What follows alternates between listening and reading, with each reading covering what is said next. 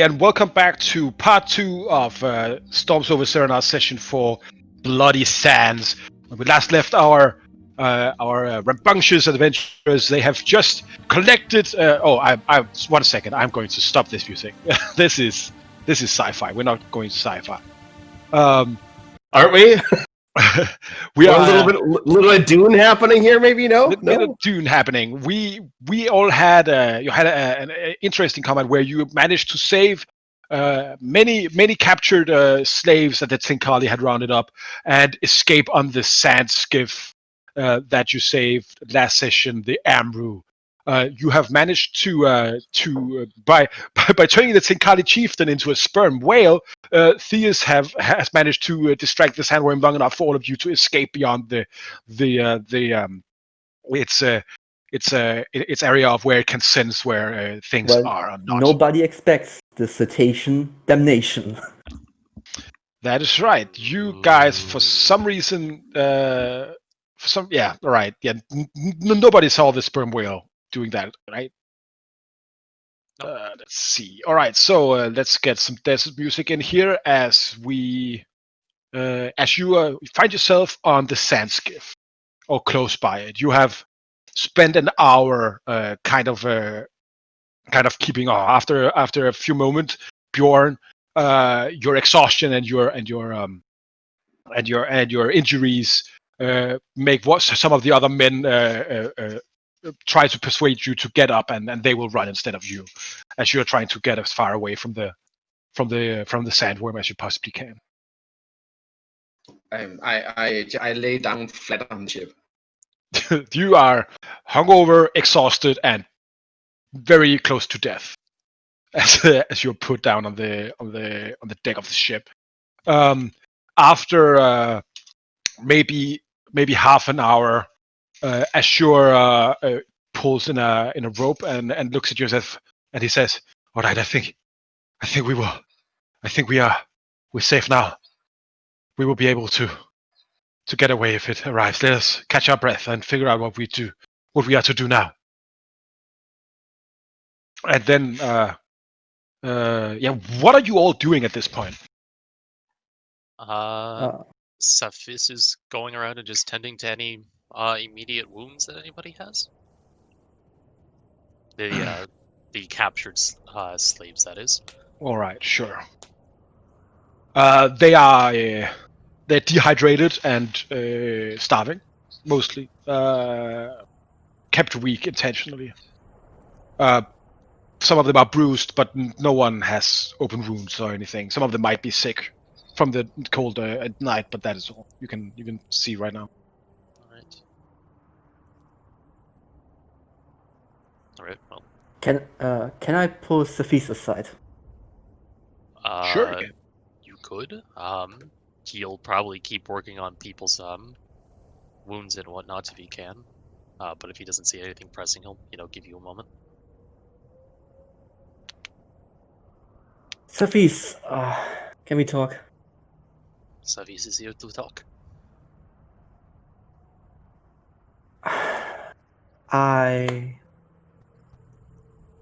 That child. What did you... How should I best say this? That child didn't have to die.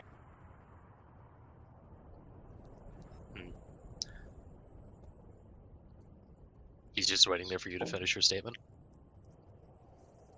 Cephis, that child didn't have to die. If you just waited a bit, the others could have caught up, and we could have diffused that situation. Cephis disagrees.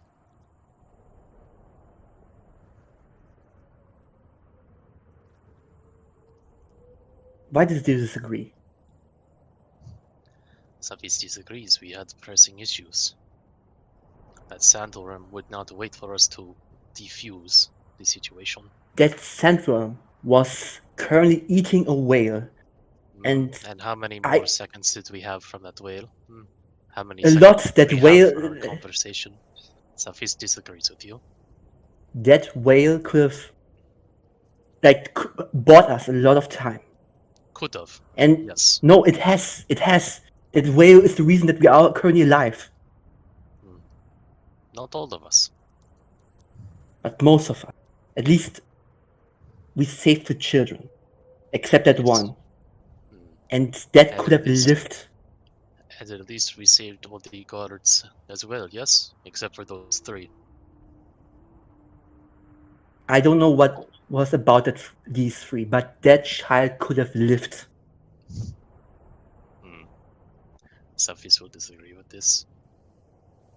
Safis has seen these creatures before. He has seen what they do to people. He has seen... This is not how they normally act. And Safis is hesitant to believe anything about how they act at this point. One thing Safis is confident in, we did not have enough time to talk down a rabid bug man who we had just gone through the process of murdering and obliterating his compatriots. Safis disagrees that we had time to talk him down, whale or no whale. I have spells. It didn't even need to be talked down. I had ways to make him stop. You saw how he ran away after I cast a spell on him. All Safis hears is ifs and maybes. There's not ifs. I can. I just want to tell you, if I didn't. Try is Safis' point. You have no guarantees. There are never guarantees. That is why you must take the best option when you have it. Safis took a gamble, and Safis lost. But Safis stopped him from fleeing with the cage and with the entire population of women and children. It would have been the best case if he just dragged the cage a little bit further. That sandworm looked. I'm sure that you have lived a long time here, and are aware of the dangers that these creatures pose. But you don't know us. You don't know what Bjorn can do. You know what I can do, and you don't even know exactly what Nongol can do. Actually, I also don't. Safis agrees. Safis does not know what you can do. Safis does not know what any of you can do. Safis met you a week ago. Safis does not have time to trust you or make guesses on what you could do or what you may do. Safis must act when the acting is necessary.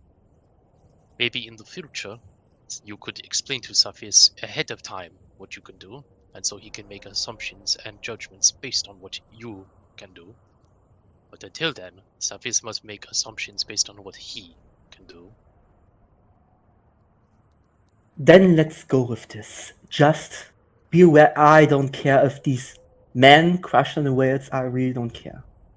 And also, I am aware that we will kill a lot of people and are forced to make decisions in the future. But I'm telling you that I'm aware that nobody's innocent when they have lived their life for a long time. But children, they haven't lived long enough to accumulate sins and guilt, and they don't deserve to be punished for what we as adults cannot do. So I would hope that in the future we can prioritize saving kids first. And at least when you see another situation like that happen, be aware that we have abilities. I have abilities that I can do. Know what ifs, I can make it happen. I will either talk or cast spell and save that child. I hope that we can make this work, because this is one thing where I will not dance back. I hope that we can make this work. Safis agrees. Safis thinks saving people is the best alternative. But Safis also reminds you that in this world, sometimes you must sacrifice one to save many. Child or no child. And at least try to value the sacrifice, value the lives of a child more, at least. I don't really care if you sacrifice 10 adults, at least keep one child alive and happy. So This Vince is what kind of tilts his head a little at that remark, finding it a little off-putting, but doesn't remark on it. So if he agrees to your terms, he will always, as he always done, move to the best of his abilities to save those he can.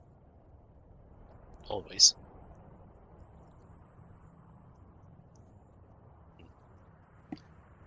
I will look Sophie's over.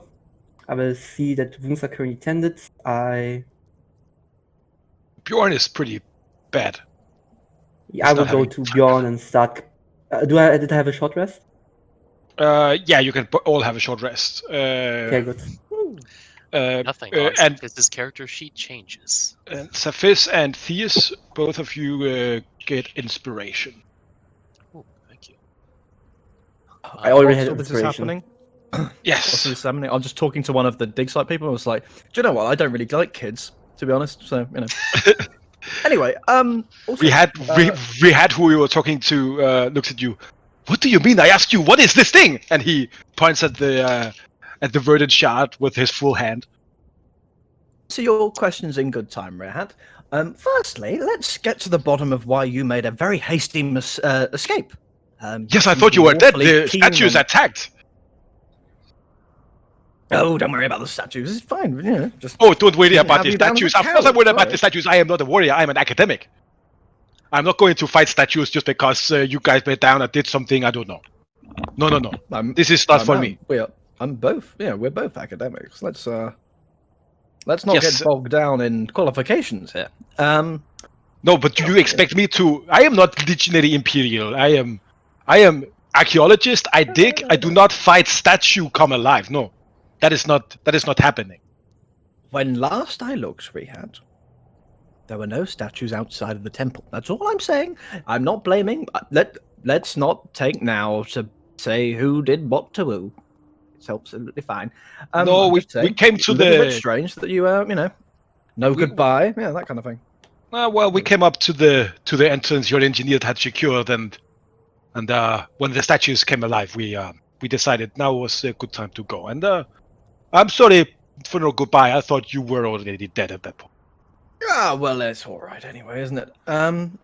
Well, what did you find down there?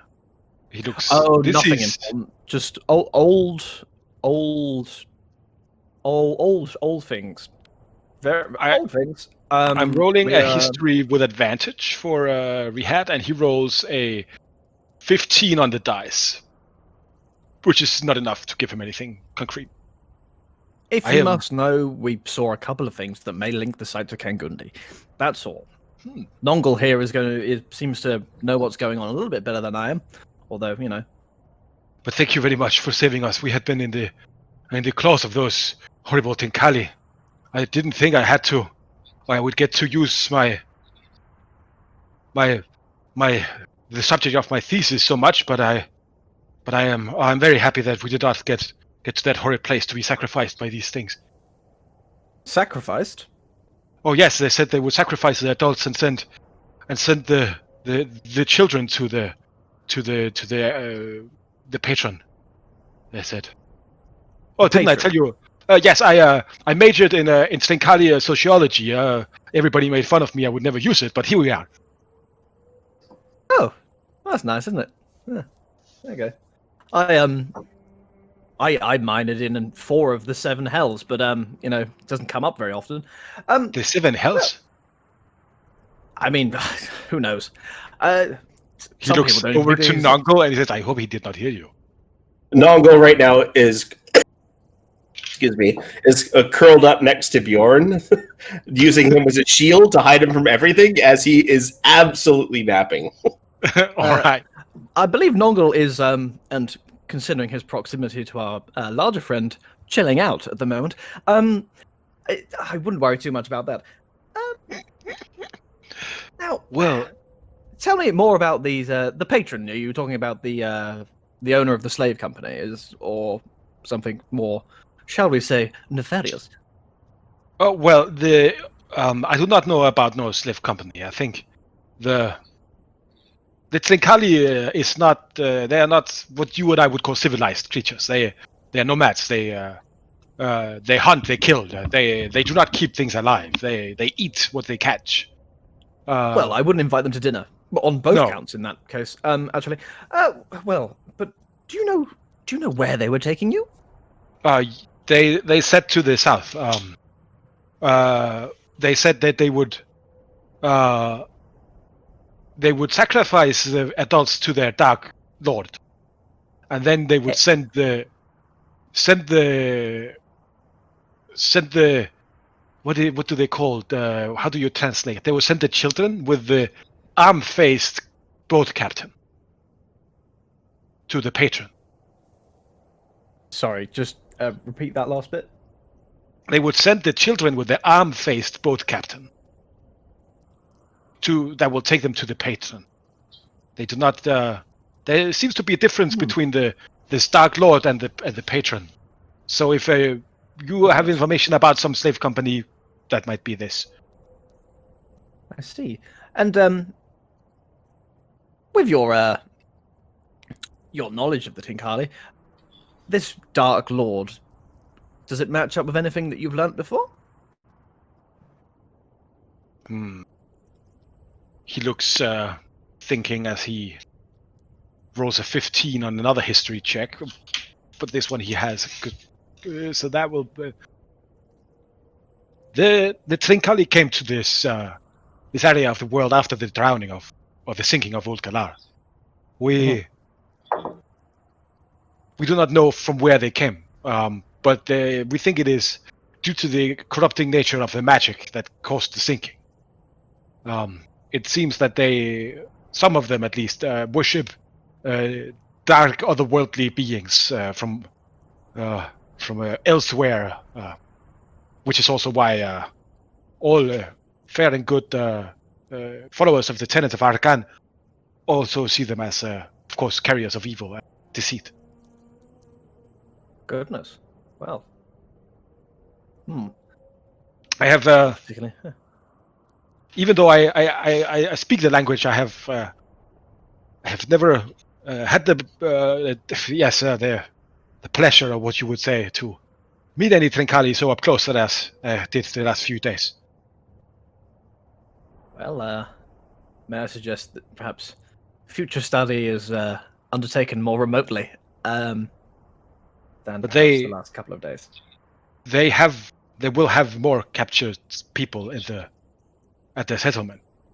You realize this, do you not? Well, yes. Makes sense. Hopefully they don't, I don't know who it was. I think it was one of the Trinkali that, decided to sort of coax that worm over there. It was definitely not any of us. I know that for a fact. But yeah, it seems very strange. The worm may come because of the big boom that happened. I did not see what it was. I think it was one of the Tinkali.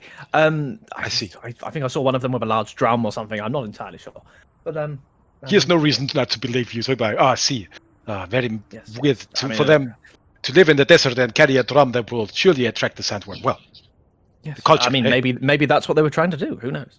But these the rest of your compatriots here. I mean, I recognize some of you from the camp. But the rest of the people here, are they? Do you know where they're from? Have you interacted with them? Another one or two other caravans the Trinkali had overpowered and taken capture. Well, I wouldn't recommend you join us further south. I'd probably say that you might want to. No, I will take the first Sandskiv out of here if you don't mind. But I have a question. I've got a feeling it's this very Sandskiv. Please, go yes, ahead. please. But I do have a question for you and the captain of this ship. Where do we have any more water? I am very, very thirsty. It's almost like we should have. Yes, I see. It's a good point. GM. Yes.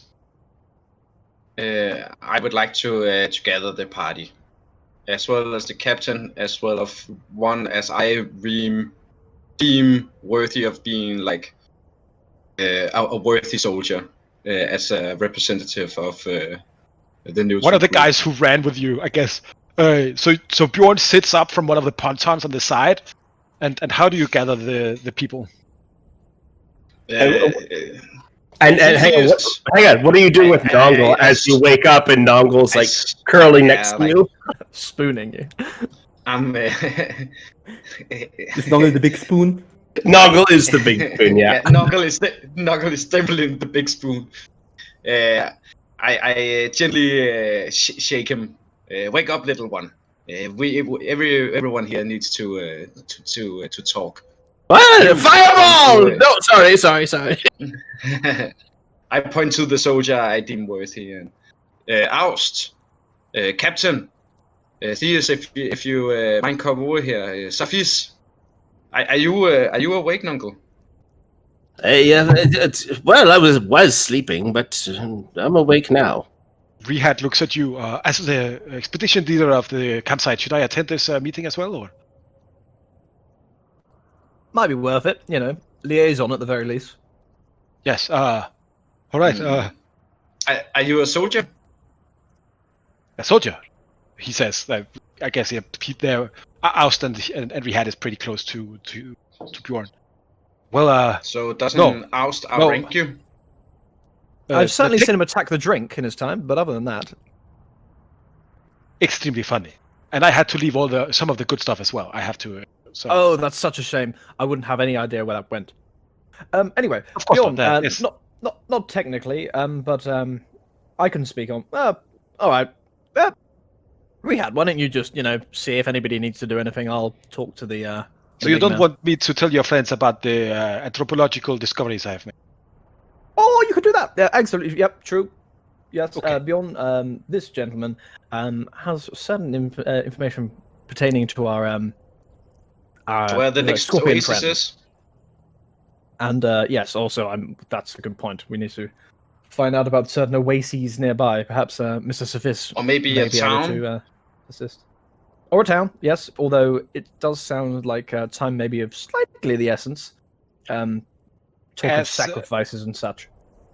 As you say these things, all the children and women and travelers, they look anxiously at all of you as you are gathering like a war council. Are you going to talk on the ship, or are you going to disembark and go away for some more private discussion?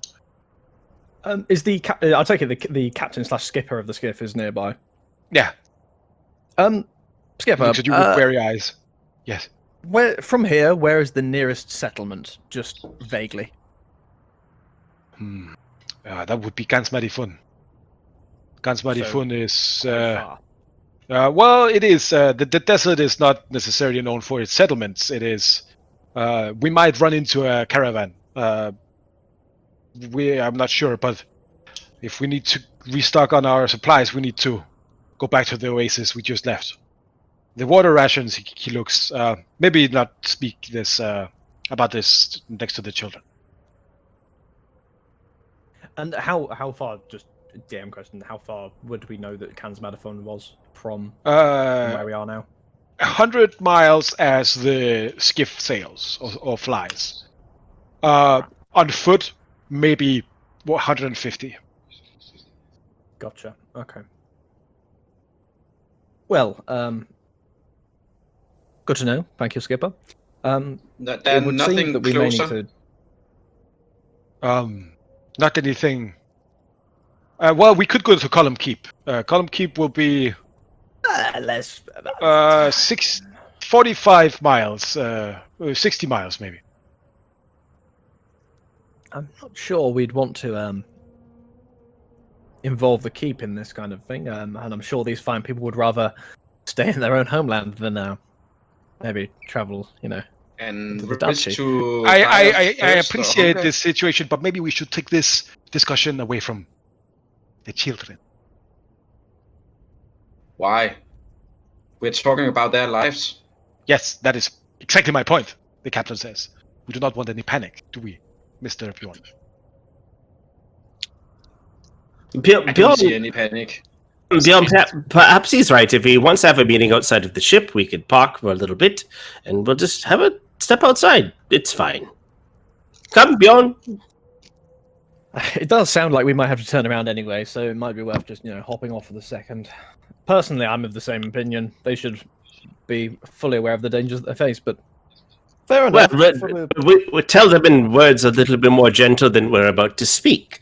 As I've noticed of all of our conversations of late, or any conversations that this group has had, it's not kind or pleasant, especially to the ears of young ones.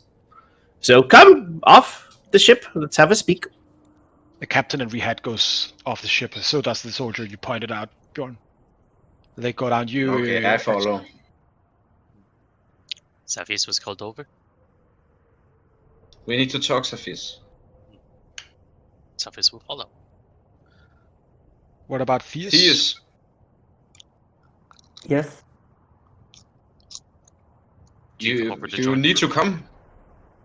This is important. If you say it's important, then I will come. What time of day is it right now? Well, it was at the crack of morning, right? So I guess now would be Okay. maybe 11 p.m. I will. Yeah. Okay, so it's dark. That was what I was checking about. That's cool. Okay. No, sorry. It has to be a.m. Oh, 11 a.m. All right. In which the case, we morning, should yeah. probably stand underneath the ship rather than just standing out in the middle of the desert. Would seem a bit Yeah. off. So yeah, there's probably some clearance underneath, considering the. I mean, if we're all standing next to Bjorn, it's fine. Mm-hmm. True. I don't think we can have like 7 odd people all huddle around a giant man. Though. But Well, it's a 10-foot radius. We definitely It's 10 could. radius. It's 20. I take it back. Oh, It's Everybody 20. get Yeah, fucking radius is 20. Let's do it. I have to say this winter thing of yours. I enjoy it. Says Rehad. Yes, it conditions the air. I'm quite interested, actually, in manipulating it in some way. Quite nice. Well, I'm Nongle, by the way, of the pillars. yes, Noggle. We did talk before we had to leave there. Sorry, very tired. Maybe it's because you have a very forgettable face. I would. It's quite plain hope looking, that was isn't the it? case. As right now, I do not feel like you want me the best. To be completely honest, wishes me We the have- best. Is that the correct? Yes. I'd like to apologize for my companions. They have had a tough day fighting giant scorpion men. And No, some no, other I- creatures. No apologies necessary. It's fine. No, I take no I offense. mean, Please, don't be too offended by them insulting your plain face. I mean, honestly, it's nothing personal. But other than that, maybe just despite how very plain it is, just don't let it get to you. Okay. as we have had this talk many times, I do not take offense to any of these slights against me or my family. It is just a part of my life. I have accepted it. If I had to take offense, I would have to take offense every other time people spoke to me. So If Safis could interject, perhaps we could stop the conversation we are meant to be having instead of talking about a man's face. Sure, especially once even they're though I Anyway, will not have so- their attention anymore, I agree. Well, I mean, attention will be on you. Perhaps I'd imagine your insight will be valuable in this. The captain kind of stepped forward. So water is. How much water do we have? Not enough. Let's just put it that way. We barely had enough for the 3 of you beforehand. So I believe water is priority number I, as we say in the Imperium. Yes. So I think number 1, water and safe passage and/or shelter for the good innocent people on board your skiff. Number 2, the S word, sorry, just in case, from the Scorpion people down south. I think that might be a slightly pressing matter. It could rather impede our journey further south. Yes. And then from there, obviously, business as usual, as it were, for us. But yes, so let's get to the bottom of water first and then move on to other matters. Don't we have quite an ample supply of water available? I mean, For a Safis. number of us, but not for 25 Safis would- of us. Yes, this is the problem. Safis thinks we have plenty of water for 7 people traveling along a route. It is the issue we have now, 25 more people? yes, but it's enough to get us to another water source, is it not? Oh, well, I'd say certainly. almost certainly. Safi thinks we could make it back to the oasis very easily. The question then becomes, how do we carry this new water? The same Well, method that we're carrying it now. I could fill my bag up with it. I could create new things with it. I just need a night's rest, and we have enough to do that. I think we may be looking. Also, the at, pontons of the Sandskiff holds water. You would know that, Sophis. That is All right. what I they do used not- for. No, Oh, but but now this is- Sophis, no, yeah. What is the hunting ground range of one of those large worms? Do we know? They could reasonably see out to about 500 or so feet when burrowed. Other than that, they can hear just as well as anything else in this desert, even better in some cases. So, to I answer your guess- question, multiple miles. Yes. Okay. I'm just wondering whether it would come back. That's the only issue. If we were to make enough noise, or if it was to still be there, yes. True. I recommend, but luckily the Tinkali aren't there, so none of them should be making loud noise at this time, so that's good. I think maybe the case would be we venture back to the oasis, at the very least drop our cargo and the skiff off there. They can fetch as much water as they like, we can restock, we continue south on foot. I think it draws less attention. The captain looks at you and says, "Well, I can bring these people back if you are going on to save others or going south. I can bring the captured ones back, but we would need some food as well. These people are mostly starved. We cannot. If they were on full bellies, they could suffer for a few days, but I'm afraid some of the children will not make it." Captain, how much food do you need for them to get them to a place where they can eat regularly again? I think if the wind is right, and we are very lucky, I can get them to Kansmadifun in two days. Well, then we take them to Kansmadifun, then, don't we? But I cannot carry both all of the children and the ex-prisoners and you. No, I don't think you take us at all. I think I think we may part ways here. And perhaps, sorry, apologies, Mr. Feast, for pulling on your ample knowledge yet again. From where we are now, the distance to the edge of the desert, how long would that be taking? More days. From where we were before, it took us approximately 10, maybe more. And now, from where we are, 6, 7, 8. We have 8 days' food. We could. It would be a risk, but we could provide a certain amount of rations, and obviously, yes. Safi thinks this is reasonable. It will take us 7 days at a normal pace. Yes.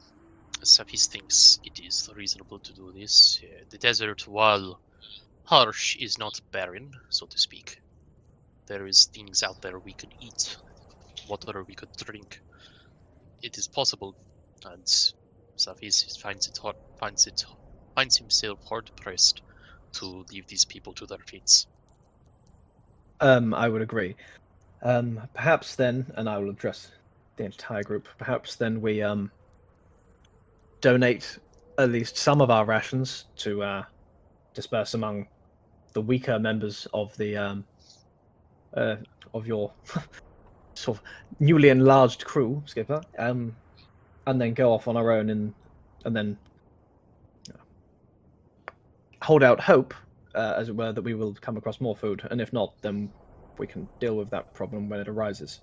I will also say if we're heading south towards this larger settlement, there's always the possibility of food there, albeit scorpion food. If I should not risk anyone, I would need 15 rations to make it to Kansmadifun, at least.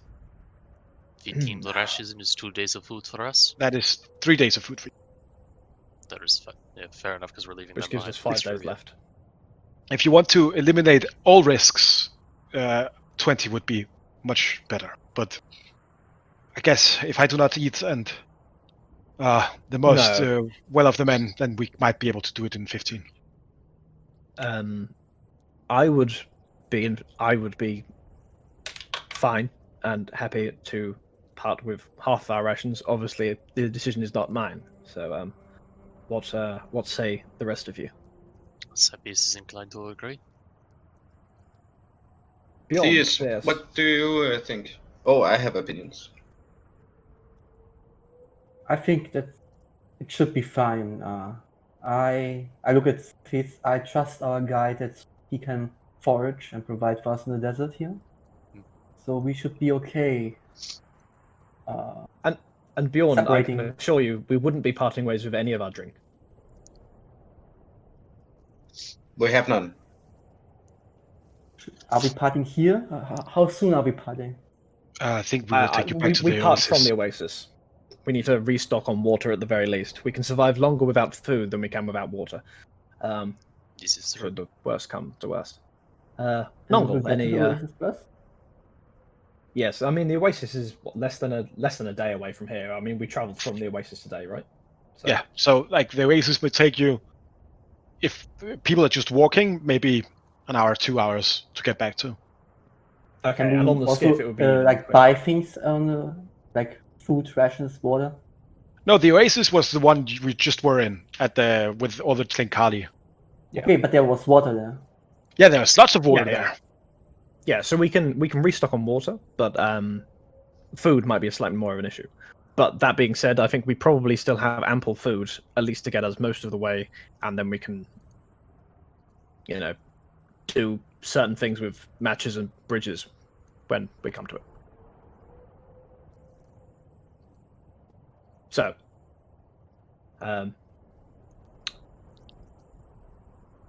shall we head to the oasis and work from there then?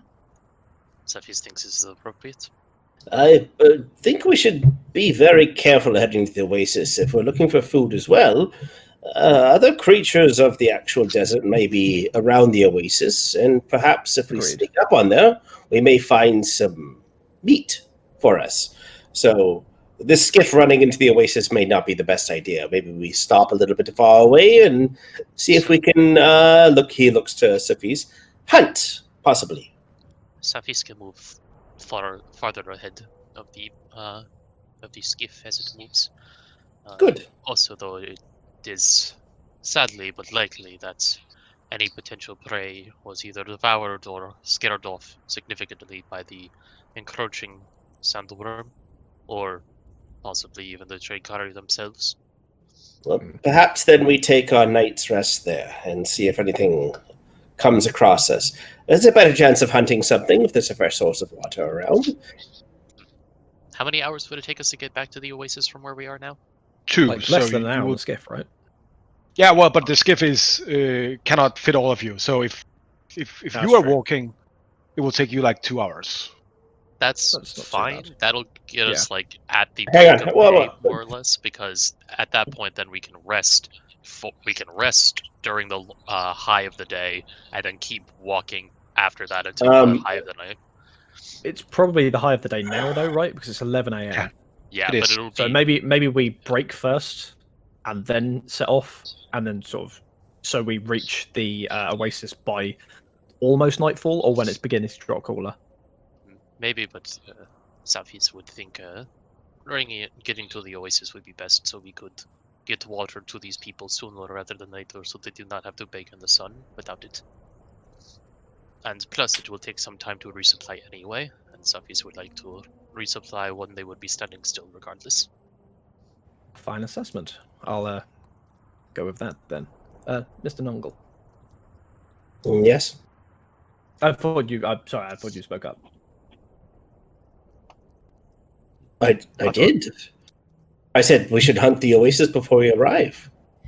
Oh, Yes. I mean, So- of course, yes. Safis will move far ahead in order to see if there is anything still there, but Safis makes no promises. Well, Skipper, perhaps if you would like to travel at least to within a mile or so of the oasis and wait out there, and then once we know it's safe, we'll come and get you. Yes, we will do this. And we had goes up, and there was another thing I might want to mention. As I told my colleague Ost here, I majored in Tinkali society and culture, meaning I am one of the few people who actually speak their language. They seems like they are somehow gathering slaves for a patron of sorts, and the adults they are sacrificing to the Dark Lord. They talked of a settlement in the south where 2 rivers spring. Interesting. And, Not at all. It It was seems so like this plain is to everyone. They were carrying slave. It seems to me you talk out of turn every time. Plain face. Can't you No, see the adults are talking? So what it is interesting because usually they kill and eat everything, even people. So this is actually rather interesting for someone like yourself. And I take no offense, of course. I am used to be called plain-faced. Also, I was Mr. asked as well. Bjorn, a Dark Lord sounds like a mighty fine kill. You know, surely a lot of stories can be written about that. So You should definitely take might be in our offense. best interest. Me? Yes. You guessed. That is very funny. No. I have been treated like this all my life. There's no I'm way dishonoring you. Dishonoring me. Sadiq. There is no ways. We are among friends here. Give me an insight check, Bjorn. He's furious. He's gonna slit your throat in your sleep. Yeah. Congratulations, we've just found the big bad. Rihat's gonna come back and murder us. You get the sense that this man has such low self-esteem that he will purposely make himself think that he's not offended just to avoid a conflict with anyone, especially you. Like, you are maybe his worst nightmare. It makes me even more angry. I am Anyway. Of course, I do not know if you are going to, but it seems like they were talking about a big shipment of slaves going out, but only children. What do you think this means, Magister Superior? He looks at you, Nango. Well, I mean, if livestock's to be observed, then it might be tender meat. I'm not sure. Would there be any kind of check I can make to know if this is something strange for them to do or something regular for them to do? Give me, I would say either history or religion, honestly. I mean, don't we already know it's unusual for them to be taking back slaves to patrons? Like, period. Yes. Natural 1.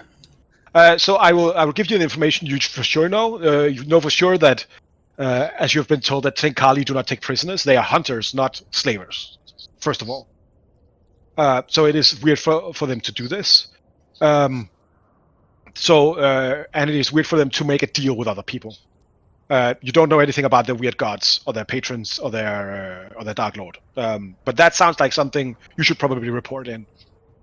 I'll relay the information to the party, but the eagerness for Nongle to report to the actual conventicle about this kind of stuff without he's already off the track that he's supposed to be on. He's not reporting this conventicle.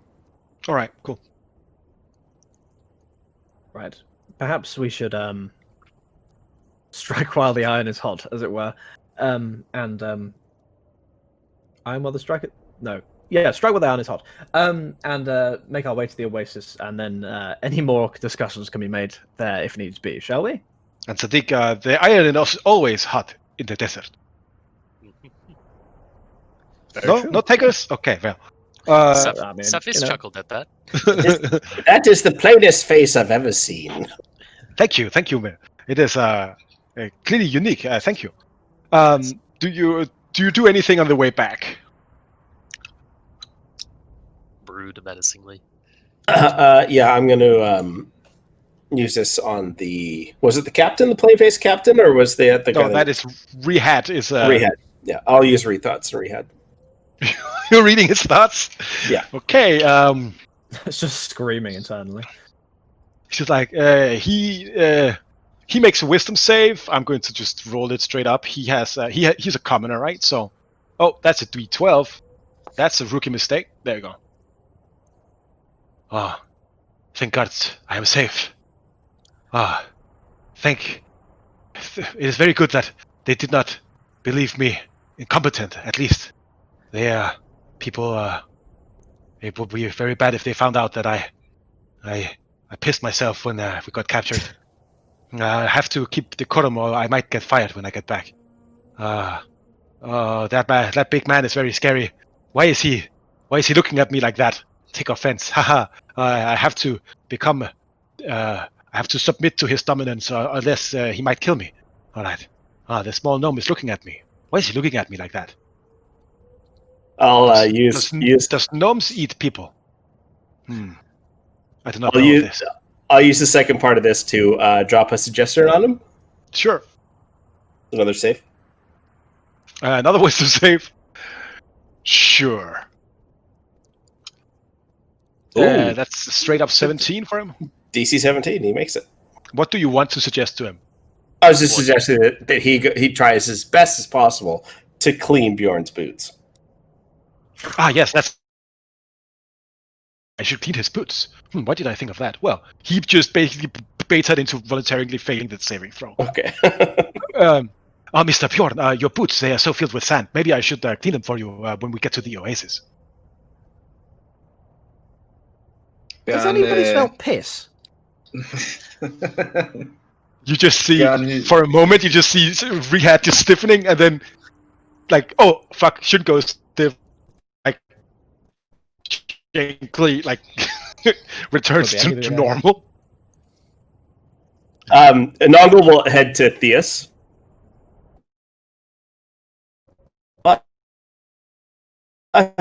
So you have quite the ability to actually speak with people under one magical influence. I'm also good at speaking with people just like that.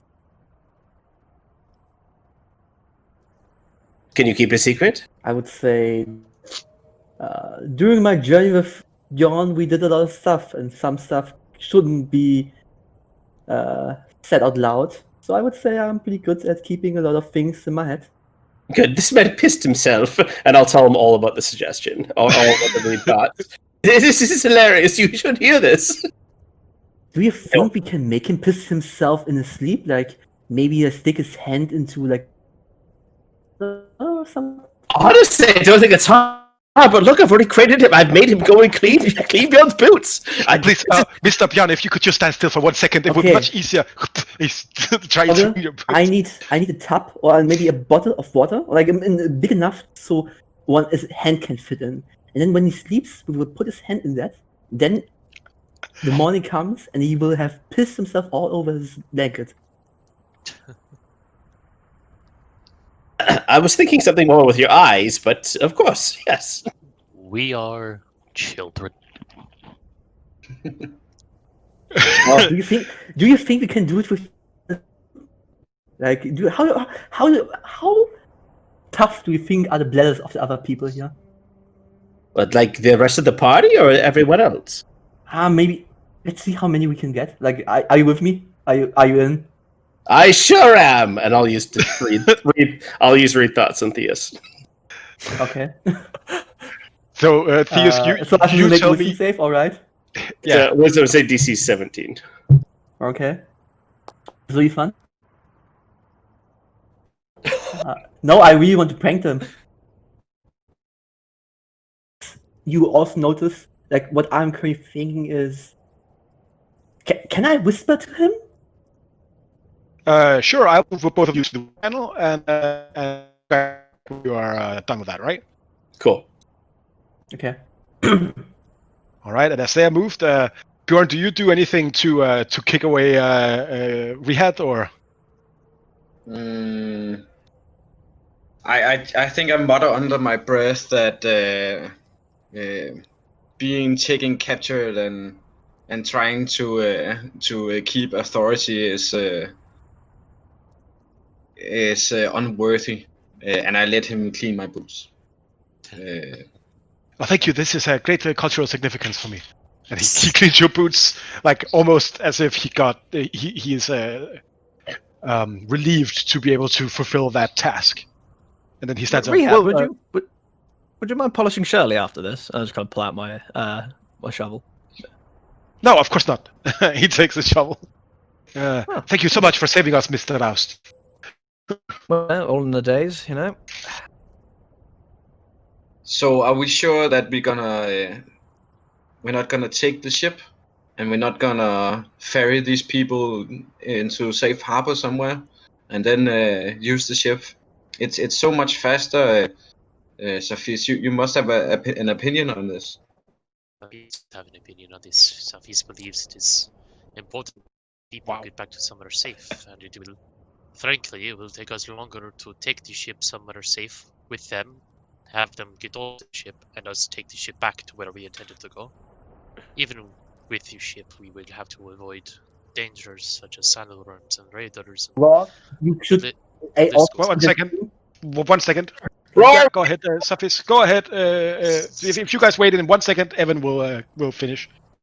Yes, Safis thinks if this was a ship that we had the whole time or did not have to make substantial detours in order to facilitate morals, Safis would be okay with taking this ship, but Safis is not okay with leaving 20 some odd people to die in the desert.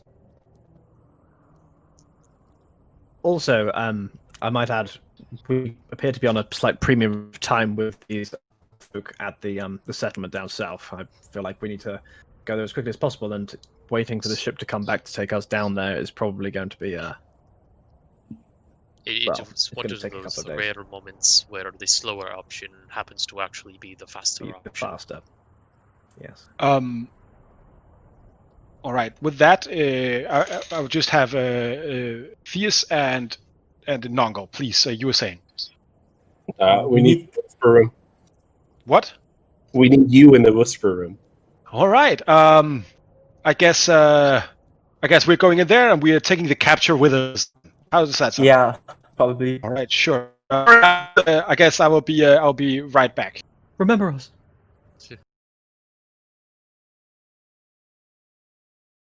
Right. So what happened, To guys? get- Yes, I can hear.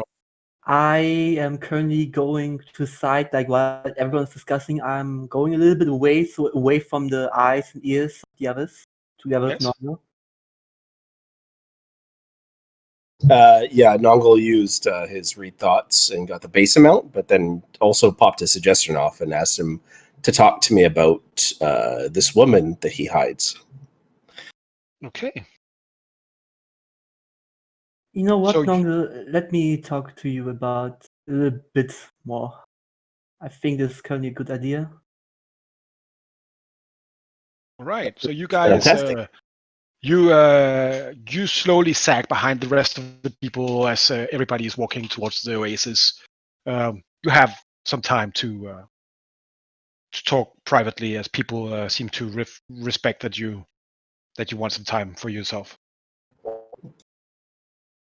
You know, Nongo, do you like yourself? I'm actually quite fond of myself.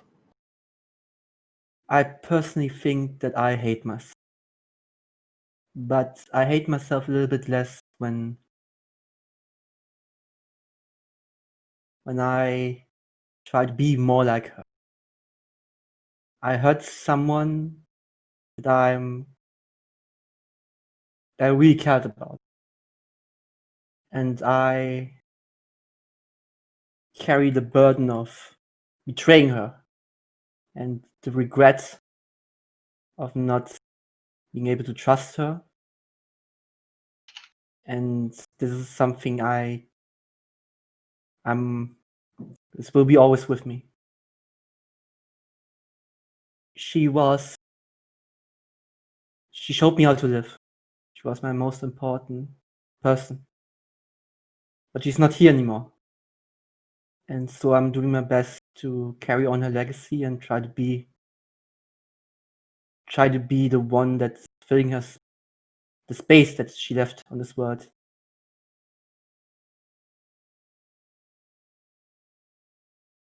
Theus, what was her name?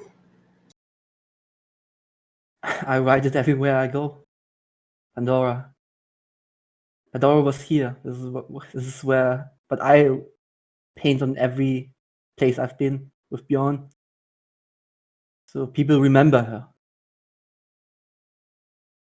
So that's why you do the things with Bjorn that you're doing now, is to There are many reasons, but one is to carry on the things that she couldn't do, that she wrote down. I would take out like this little notebook and just go to one page. I will go over, like, I will not show him the rest of the pages, but just show him the page of things that she wrote down, her bucket list, which I think Raw has. Otherwise, I can just post it directly to you.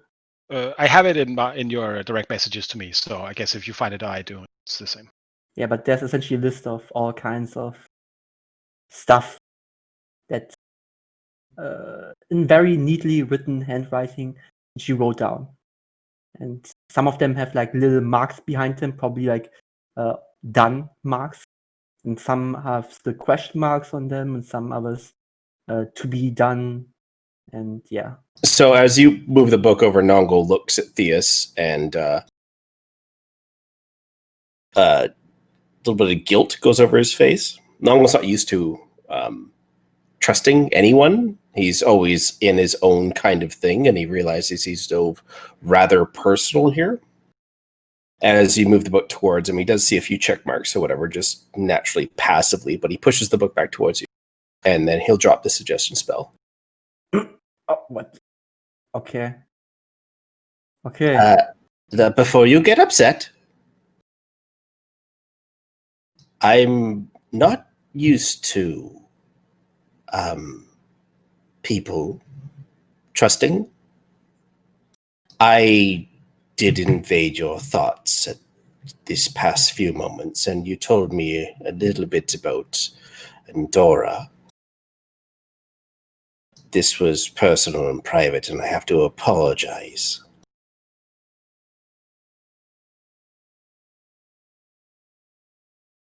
It's not. I don't think it's much of a secret that you have to care about, that you got. The reason I keep it is more for safety of others. I would just say, like, the less you know about, like, I think it's okay for you to know about Pandora, but the less you know about myself, the better it is for everyone. Well, we're part of an adventuring party now. I assume we're stuck in the thick and thin of things. We didn't just run away, and we saved people, so this is the beginning to a large chapter in all of our lives. I won't do it again. Good. It's better for you. But I'm not angry at you for trying to find more about Pandora. I would like to spread more about her. But this comes with a caveat that it should not be associated with me necessarily. That's why I usually just try to spread Bjorn's name, but try to keep myself in the background. It's the less people know about me, the better for everyone. Roar is an Andorra name that I would recognize. Is this like some entity, or is this just a personal acquaintance? Actually, she worked for she wouldn't. Give me a history check, and this will be very, very difficult. Yeah, like, oh man, 28? I would say at least he would have heard about some adventurer who was quite capable in diving into like ancient ruins, but she was very specialized, and that's what she, like, the people she had contact with, especially the contacts I gotten through her, was very, very underground. So I would at least say she, like, probably heard of an adventurer of the name maybe of Pandora, and she was quite capable. Only reason you have heard this name is through some. It has to do with the shield in some way.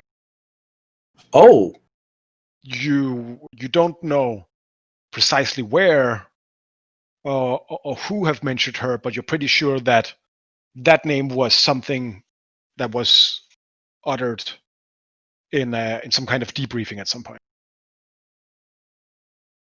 Maybe just once or twice.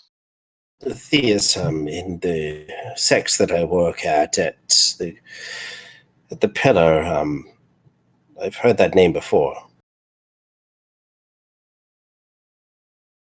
It's better if you don't get involved too much with that name. There are bad. It brings bad people with it. Well, if I'm involved with you, I must be involved with that name as well, it appears, as that name is reflective upon our barbarian friend. I'll keep your secret, but I will look into this more, for your sake, of course, and see why she has worked with my sect, which is quite different than I think than your quests have brought you. I can't really stop you, but it's better if you keep safe. Don't dive too deep into this. There are people, very dangerous people in this world. I assure you, I work for some of the most dangerous people in this world. But they're openly dangerous. There are people that do things in the shadow. But anyways, I have to get back into character. I'm sorry. Let's go back to the others. You should. Yes. All right. Both of you get inspiration, so you have to Oh, you use have it more, inspiration since before. Yeah. All right. I will plop you back in. So I said that's not a arcane focus.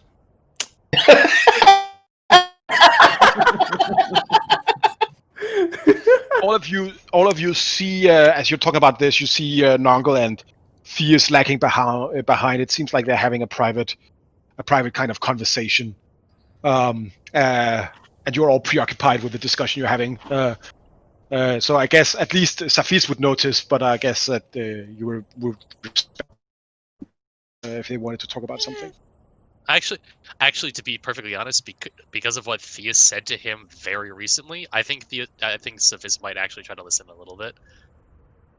Let the adult guy who cares but save the kids actually is kind of on Sophis's nerves a little bit. That makes sense. So, Go ahead and give me a perception check, and then I guess Theus will decide what you hear, and he will tell you that Okay. after the game, or he will you at the end to get this ball rolling. 12? 25 because I have advantage on that. But you are exhausted, aren't you? You're No, you're not. Oh, No. no, we had No, a we rest. hadn't had a long rest yet. We hadn't had a long Oh, rest yet. you had a short rest. Yeah, we're only on Okay, short fair rest. enough then. So yes, a 12, so not much. 12? You have no idea. We have whispering very quietly. Fair enough. All right. Well, we move on to the Oasis then, I assume. As you were talking about some things with the boat, weren't you? Oh, we were just saying that we wanted to. Assuming that we're going to go on foot, we wanted the boat to go sort of within a mile of the Oasis and wait further instructions, essentially. So they're at safest while we. Okay. Nongle, coming back, give me a kind of check, please. All right.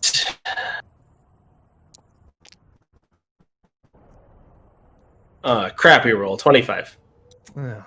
With all the wood available at the Oasis, we'll probably be able to fabricate a sand skiff tomorrow.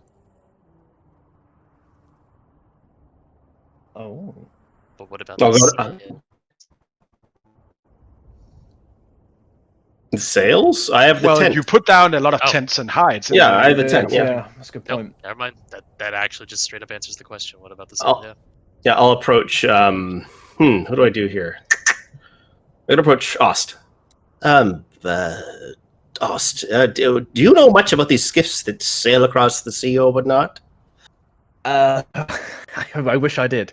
I mean, if you're looking in terms of skiffs specifically, Hajar! Do you know anything? From what I understand, Bjorn may be a dab hand with the old shipwriting as well. So maybe get him on. Good. Would everyone gather around? From what we can see from here, there's enough material for me to these trees and bushes or whatnot. I guess could you're at this probably- point. You're getting closer to the oasis. You have scouted it out. There's nothing there. That's it. I could create another skiff for us if you would like. It would take me, well, a good night's rest in a few hours, but I could probably create it just with magic alone. Safis And there's people here that. I'm all for it. Safis Bjorn, do you reckon you can sounds command good. such a vessel? Yeah. I already did. That's amazing, Knuckle. Yes, but I do need some guidance. I don't know exactly how things go together. Safis, have you been on these vessels often? Yes, Safis very good stuff. It's necessary. Thing for the night. Then we also have the crew of the skiff itself can probably at least assist from a technical perspective. Oh, no, honestly, you just need to pile the supplies in front of me and my magic will do the rest. Oh, jolly good.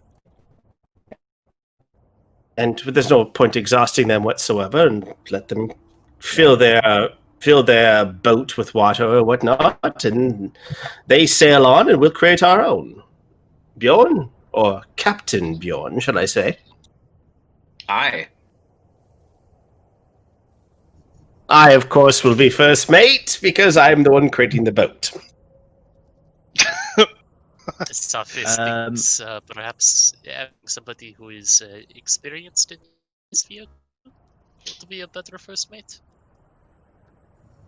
No, I only want to be first mate because I created the boat, and I really don't want to do any work after it's created. But Rehad says, "I can help pilot the boat, but you do not need to name me first mate. That is fine. I am fine with being a meager deckhand as long as I am. I can be of assistance."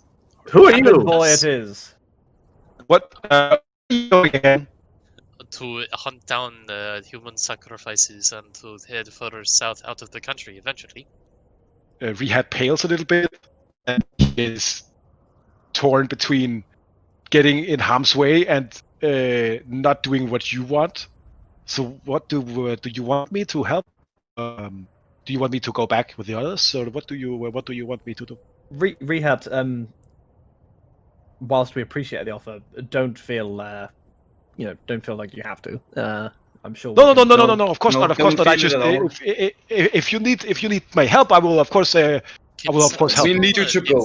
We need you Well, to go well, away. What? Yeah, sure. What- You can roll one an insight moment. check. That completely depends, and Nongo will look at Bjorn.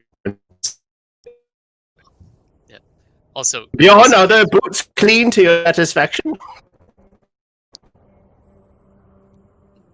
Bjorn, are your Not boots if it clean? means he is coming. Yes, I'm they're sorry. clean. They are clean, but not clean enough. I'm sorry.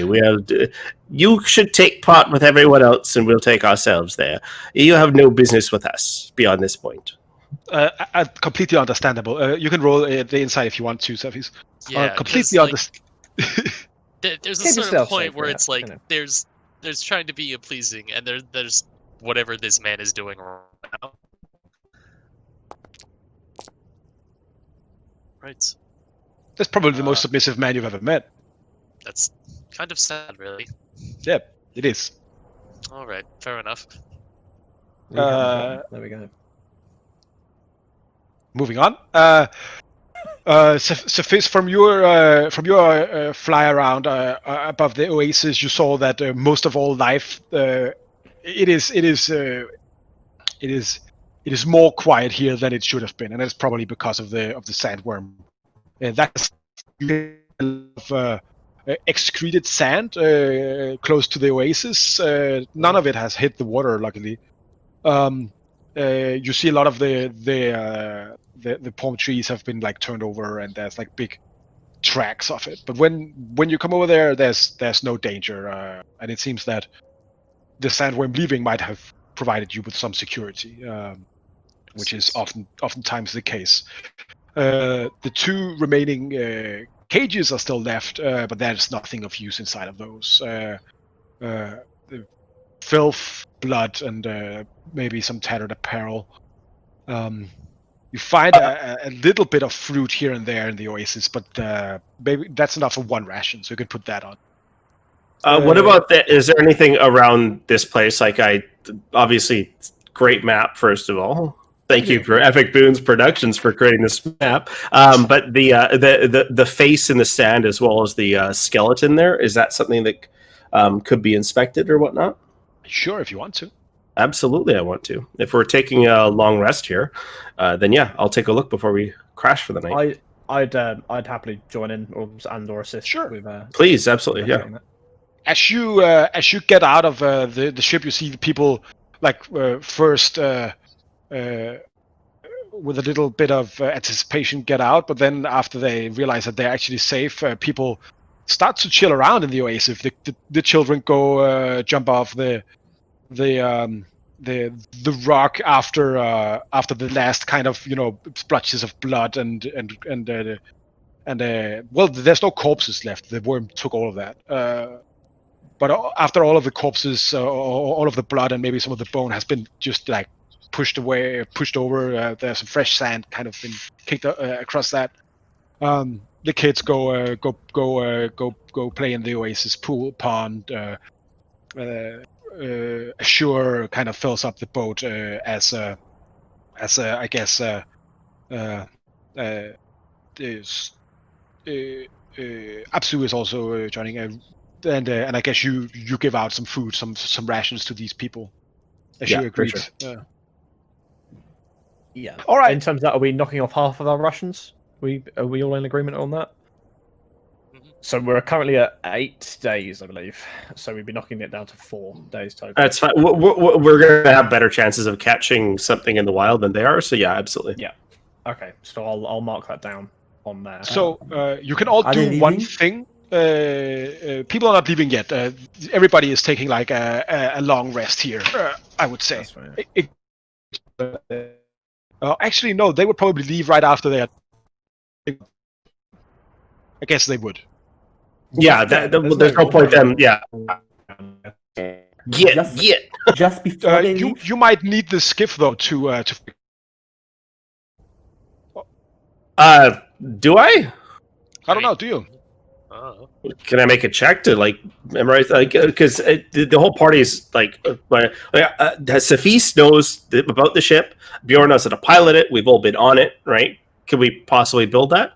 I mean, because literally, I just take 10 minutes, cast the spell, and then it creates the skiff, right? This is probably going to take more than one casting, but still, right? It doesn't say anything. Well, okay. How about this? How about this? Instead of looking at the statue, like the skeleton and the face or whatever, I'll spend my time and just sketching it out. Sure, you can do that. And I would say you all get one like rest action or whatever we call it to do something productive while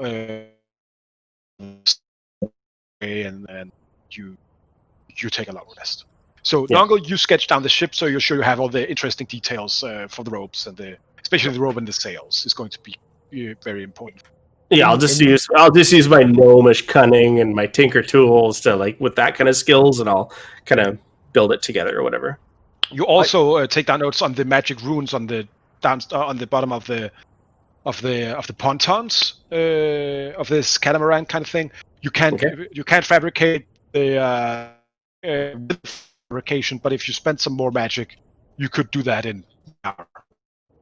Oh, okay. What is this magic? If you use 2 5-level spells, I will allow you to enchant the ship. I will do that in the morning. Sure. If Nongle's doing that, then I will investigate the things that he was going to previously investigate. Sure. Go ahead and give me a history roll for the big face. Sure. Is anyone joining Oust in this, or? Did that go through? Oh, come on. Oh, 19's good. It's only a 19, I'm afraid. Yeah. Oh, thank you. So the Kalar Valley was, as mentioned before, a sprawling kingdom in a riverlands kind of situation. Mm-hmm. There was lots of because of it was a mountain valley. There was a lot of quarries and stone cutting everywhere, meaning that statues were commonplace. especially statues of their gods and other kind of things. So you will find them somewhere, usually as burpers, when sandworms and leviathans are swallowing things up through the sand. Two big rocks will be just. This is probably precisely what this is. Just an ancient relic of a forgotten time, and it's so big and heavy that no one has taken it because it's just too difficult. With my knowledge-ish in terms of Kalari history and things like that, would I recognise who this is a likeness of, this piece of statue? Give me another history check. That's better. Ish. But Are you using your inspiration to my get inspiration, my advantage on inspiration's this? gone because Because it's succeeded on one of my Eldritch Blasts earlier. Can I give him my inspiration? yeah, sure, you can. Okay, so done. that's a D10. No, the I'm inspiration was Oh, my bag sorry, inspiration. I'm giving you my campaign inspiration, which means you get a roll again. So yeah, do we want to reroll or just take the advantage on that one? I'll let you just take the advantage on that. Yeah. Okay. Cool. This right here is Athena, the goddess of wisdom. Cool. Athena. I'm just going to because I use gods, I can actually look up on Wikipedia, which is interesting. She was associated with wisdom, handicraft, and warfare, and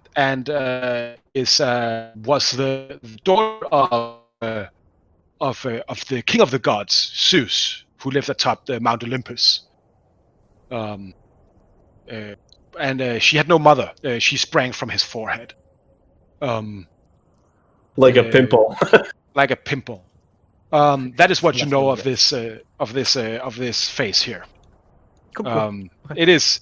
You don't know much more than the names and like the rough ideas because that is.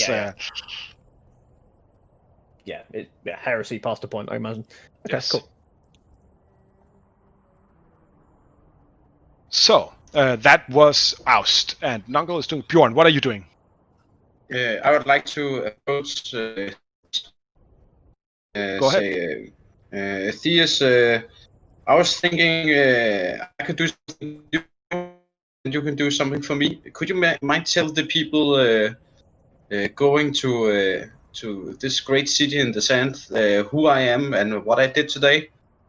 And I always do that.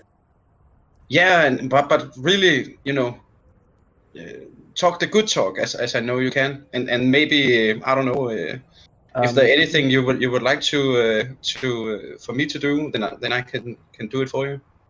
In the meantime, Jonas, like your microphone has like a little bit feedback. Anybody else notice that? No. I'm getting nothing at the moment. Like when you talk, there's a little bit of feedback in the end. I didn't hear it. No, I don't know if I can fix it. Sounds fine for me.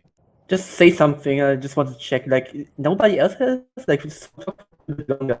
A little bit of like popping in. Okay. It's nothing we can solve right now, anyways. That we could trade. Okay. Something. Okay, yeah, like here. it's okay. Like I just noticed that like for can do this then after that. But yeah. Anyways. I'm okay. I'm okay, Bjorn. I'm okay.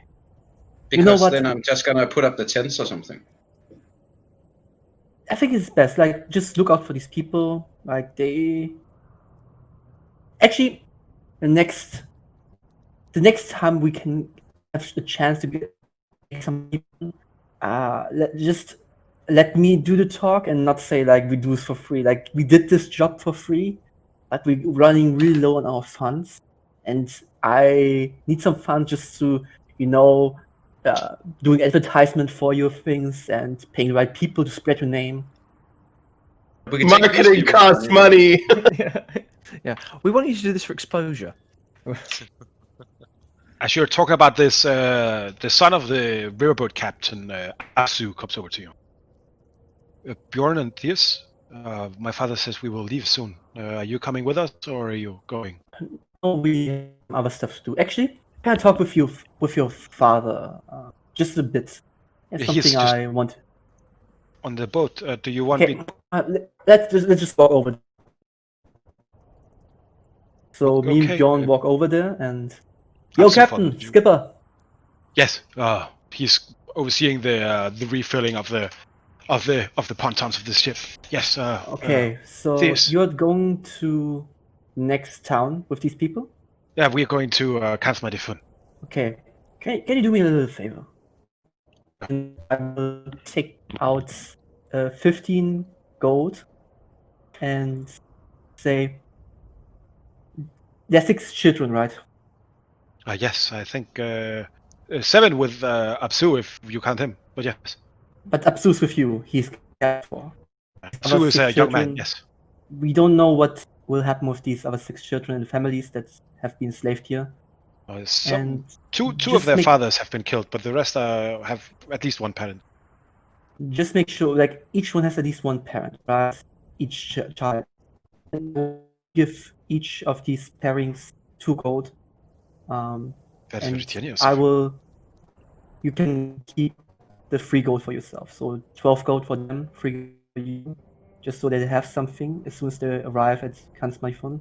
Can I make sure that you will do this for them? Just look out for them. Just look that they like are brought to the right people, that they can maybe find some work there, and buy something with the like each with the gold I gave you. Like, Of course, make sure that they are cared for a bit until they Master can. Theus, this is too generous. You have already saved their lives and ours. You want to give them gold now as well? Just You do not need to be. the families with children. Yes, that is. He takes the gold and he pockets it. Okay, I subtract 15 I will make gold sure. from mine. I will make sure Theus, that this. Theus, how far are you away right now from Nongle? I'm on a ship with I don't know if you can hear. Like, we're currently on a ship with the captain. If I can see, I can read your lips, right? Oh, So if I speak up and be like, I need 3 copper pieces before anything. If you have 3 copper, I need to make sure that these 4 people that have died, can sustain maybe a resurrection if possible. I can cover that. Don't worry about that. Thank you very much. And Theus also here. Yes, toss you 5 platinum. 5 platinum. I look at Noggle. I give him a knowing nod. I will put him in. Thanks, Noggle. I will make good use of that gold. Least I could do. And Theus, the other thing. You know. Yeah, I know. Yeah, you know. Yeah. Yep. So but as soon as you arrive at Kansmaifun, I give him all pieces that I just got from Noggle. I want you to make a big drum about how this was all done by this group here. Especially talk about Bjorn here. He is the true hero. Like, just use this platinum just to do a little bit of campaign. Just pay up the right people, talk to the right people, and just say how great Bjorn is. All right. You don't have to talk about like maybe the rest of us, but definitely talk about Bjorn. And if possible, you don't have to talk about me. Like, you don't know me. Just remove anything. Like, Bjorn did everything I've done. Just say Bjorn has done this. All right. Okay, if that is your wish, yes, sure. Pieces. And make sure you leave the pillar out of it. I was never here. Okay, the pillar was never here. The pillar was never here. And nor was I. Just me. Okay, And Oz was also we were- not here. I was We never were here. we were all Yes. saved by a lone Northman wandering the desert with his friend Safis. Is that satisfactory for you? Yeah, okay. At Fantastic. that point, just leave Safis out of it as well. Just say, Bjorn, Just Bjorn and his noble companions. That's all. That's all you need to say. Bjorn and his companions. Well, Bjorn And is mighty especially indeed. Especially Bjorn. For a man that Yes. can drag a sandskiff by himself, I would say, I will These lips are sealed. And so are mine. Rehad comes out from like behind something and says, I will, of course, take this secret with me to the grave. Okay, good. Everything for you, my friends. Friend. Fine. Friends, only Bjorn. Bjorn was the only one. Remember. Bjorn, you remember this. I will spread the word as you ask me. Okay, For how many people do you want me to do this? He takes out his book, like his notebook that you gave him as back. many as you can for the 1 platinum piece.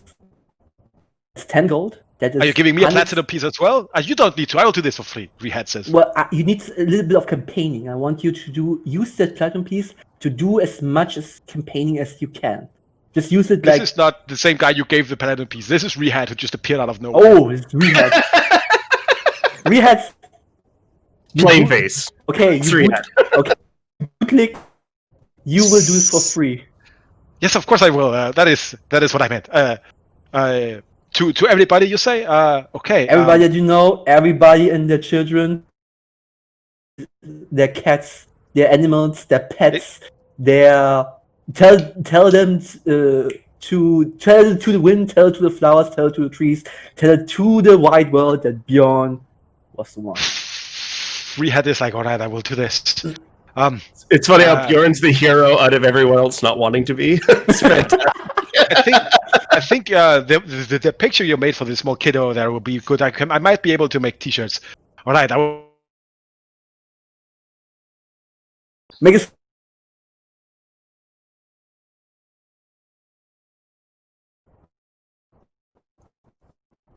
Can you write down some of the I will songs write for me, down some so I might be songs able during to? the next few things. I will also paint a picture of Bjorn, just so like enough so a face so you can put it on a T-shirt. All right. Safis, give me a survival check. All right. Have we rested at this point? No, but give it to me straight up, boyo, Okay. because this is. All right, 17. You know that sandworms. Sandworms, when they move through the earth, they basically eat the sand and they excrete it again, and the only chunks too big to pass through they will regurgitate, so-called burpers. There's a lot of sandworm excrement, which is usually mostly completely just sand and bones, right? Mm-hmm. Usually you can be lucky to find riches that have not been what is it called? Digested inside of those things. All right. Well, Safis will take a little time to look around in those, I guess, for his long rest activity, while everyone else is being productive and meaningful.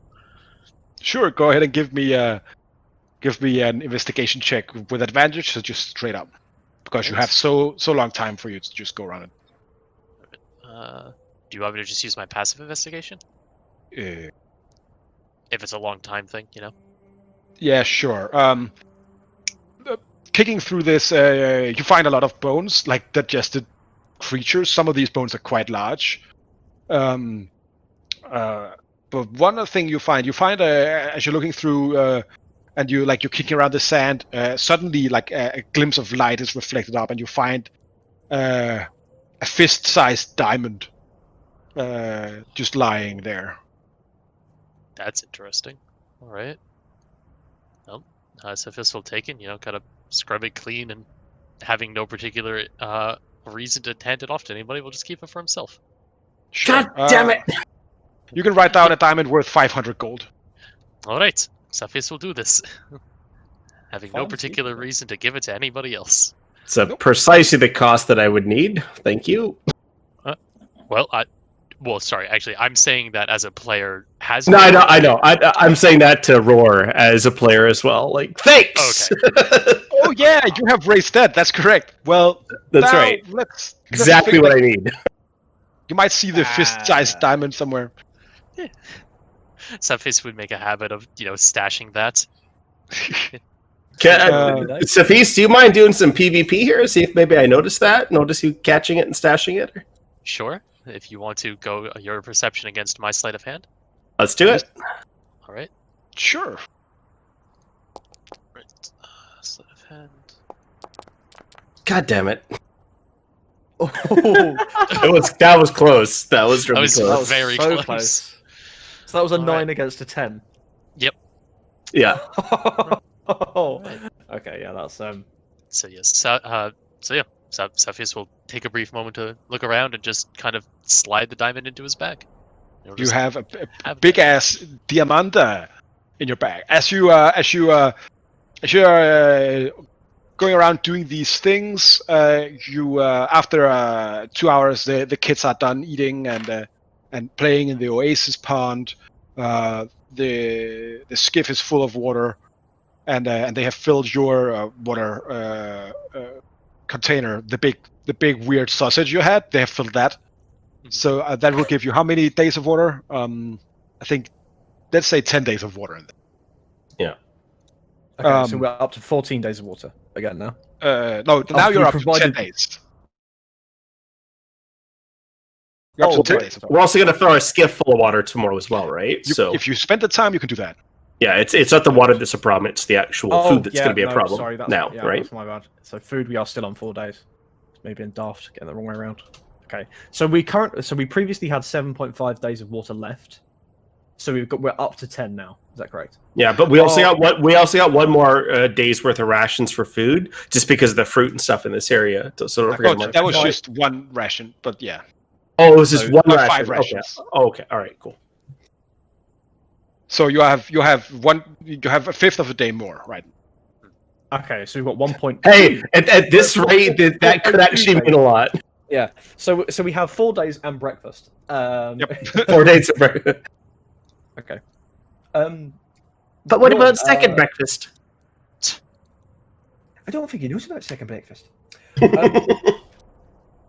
Bjorn, I think that we may need the wood for Nongol tomorrow. It might be mind if I implore you to put your axe to good use? Sure. Excellent. I'll chop down some trees. As Bjorn goes to chop the trees, some of you see how he and his axe managed to fell some of the trees in only one hit, in only one swing. They fall as you take down, I guess, all of the palm trees. Yeah. Of the oasis. Something palm trees are technically grass and don't have usable wood. Something fantasy doesn't matter.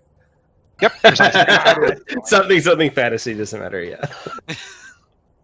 Sure, I thought that you were a chemist and not a botanist there, Evan. Yeah. But Listen, sure. It unironically has come up in several campaigns I've played in, the fact that palm trees do not have usable wood for boats. I've played a lot of nautical campains. All right. But anyway. Interesting. Fantasy. Cool. Yes, exactly. Yeah. As moving on, all the everybody gets on the boat and it is just stuffed. People are just clinging on to the sides as it junkily turns into the wind and then moves away and disappears with all the people that they're wearing away. And you hear Apsu, the kid of the captain, shout, "Farewell, Theus and Bjorn. I will never forget you." And then you hear, "Yes, sir. Neither will I. I will do my best to spread your word. Trust all 3 had on this." as after a few moments, you are left alone in the oasis. Nongo will take before they leave. Can I quickly? Actually, not quickly. It's going to take me like 40 minutes or whatever, 45 minutes. I want to cast Gentle Repose. It's a ritual on the men that died and the child. They are gone. The corpses were devoured taken by the sand. Okay. Yeah. All right. Very very well.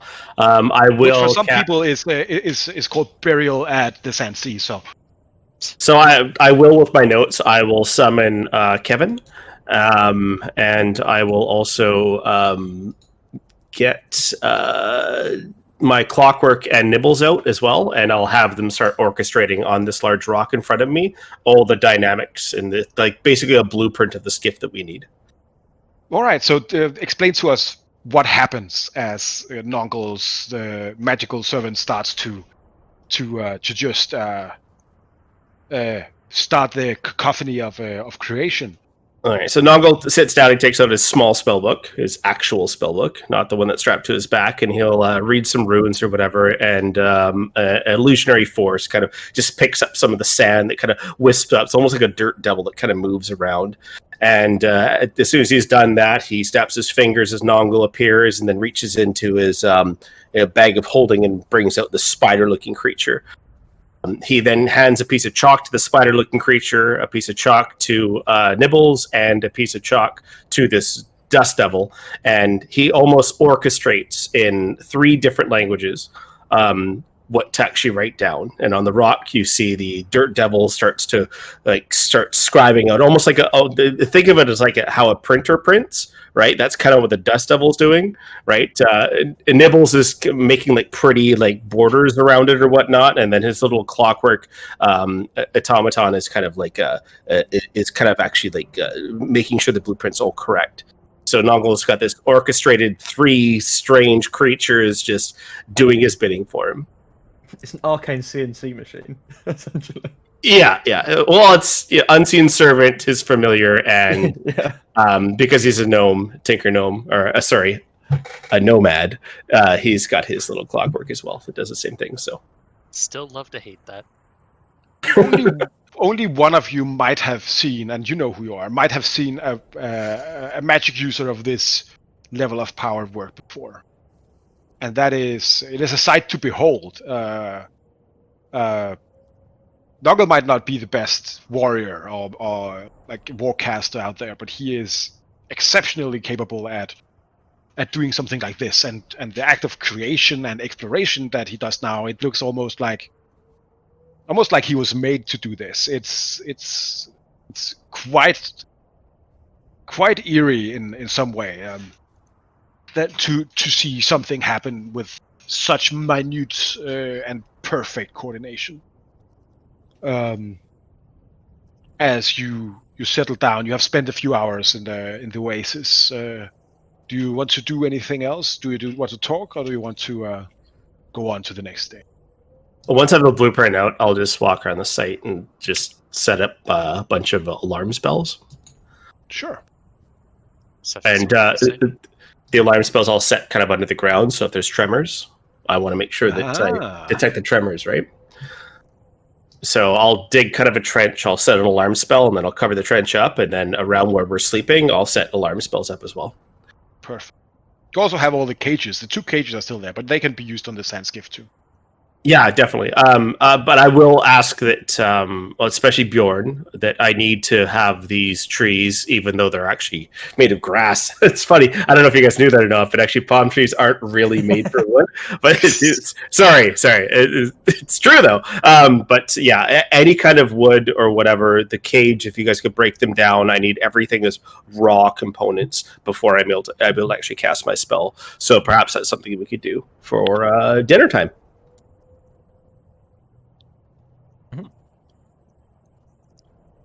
Right. All right, beautiful. I think we'll do that, and then we'll take the long rest. Sure. Go ahead and take the long rest then. Oh, it's so nice. I've been waiting for a long rest for so long. I'm not going to take any more of those. There we go. Oh, actually, I have to use my hit dice first. And then my long rest. And now I put my total hit points back down to what it was previously, the normal one. Actually, aid probably would have been gone down by a couple of hours by that point. I cast the 8 at 16 hours, so I'm not sure. Roar 16 hours. Okay, so no, I think this was the second day of that aid, if I remember rightly. Yeah, I'm pretty sure it was as well. Yes, the aid will be done when you are. Morning, okay. Down. All right. Yeah. All right. Cool. Yeah. So I'm down to my flat 53. That's cool.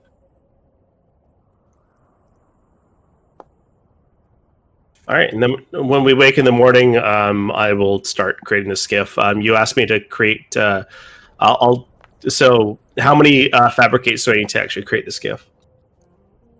What is the limitation of the fabricate? Here, I'll post a spell to you. So I can create 8 connected 5-foot cubes. So that would be 8 5-foot cubes. That's what is that? That's 200 cubic feet. It is 4 by 3 5-foot cubes, plus 4 more. So 4 by 3. It is 16 5-foot cubes. 16. All right. So I'll cast Fabricate twice, which means I'm down to 1 4th level slot. And then there were some runes that I investigated as well for 2 5th level slots. Yeah. All right. Oh. I'll use those as well. So 2 4th and 2 5th level slots. 2 4th and what? Yeah. So I'm casting 2 Fabricates and 2. You said 5th level slots to actually create whatever runes were on the base of this thing. Sure. Yeah. Do that, and then you don't have to subtract any value because you're basically taking that out of the materials at hand, right? So using stone. Stone. Yeah, I'm using the wood, the bone, the stone, and the steel to create it. Yeah. All right, and after 20-30 minutes, after like 1.5 hours of Nongle just going to work, you have a sand skiff that looks pretty similar to the Amru that you just saw leave the day before. How do you all react to this? Yeah, this creation actually. Well, impressive. I think. Yeah. Yes. You've excelled yourself yet again, Mr. Nongle. Must say. It's quite a talent to be able to make something from nothing. No, I had to have something to create something. It's A practical nothing. correct. A practical nothing. Yes, exactly. You could make a fortune in the north if you could do the same with the longboats.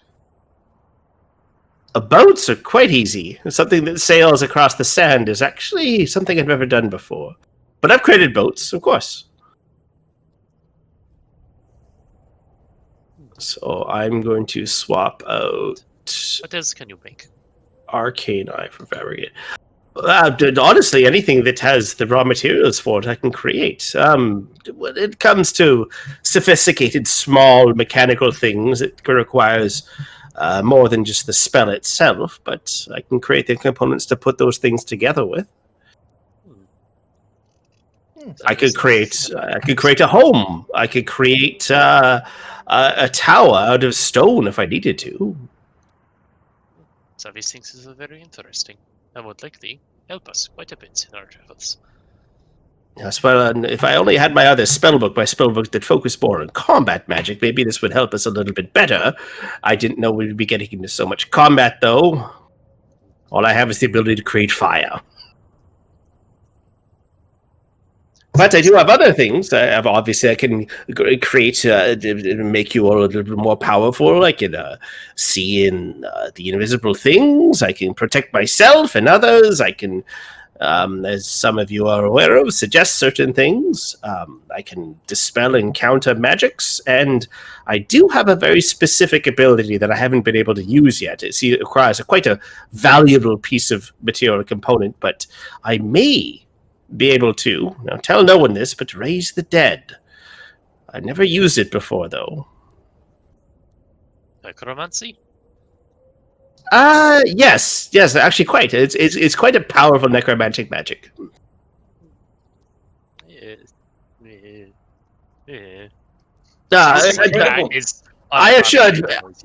I assure it brings them back the same way that they were when they died. It doesn't bring them back into some other kind of thing. It brings the soul back to the body. But I do have another spell that I left in my quarters that could actually raise skeletons from corpses. It's actually quite interesting. I've had quite a lot of fun with it, but the entire pillar hated it when I did that. Can one of you please delete the sand skiff?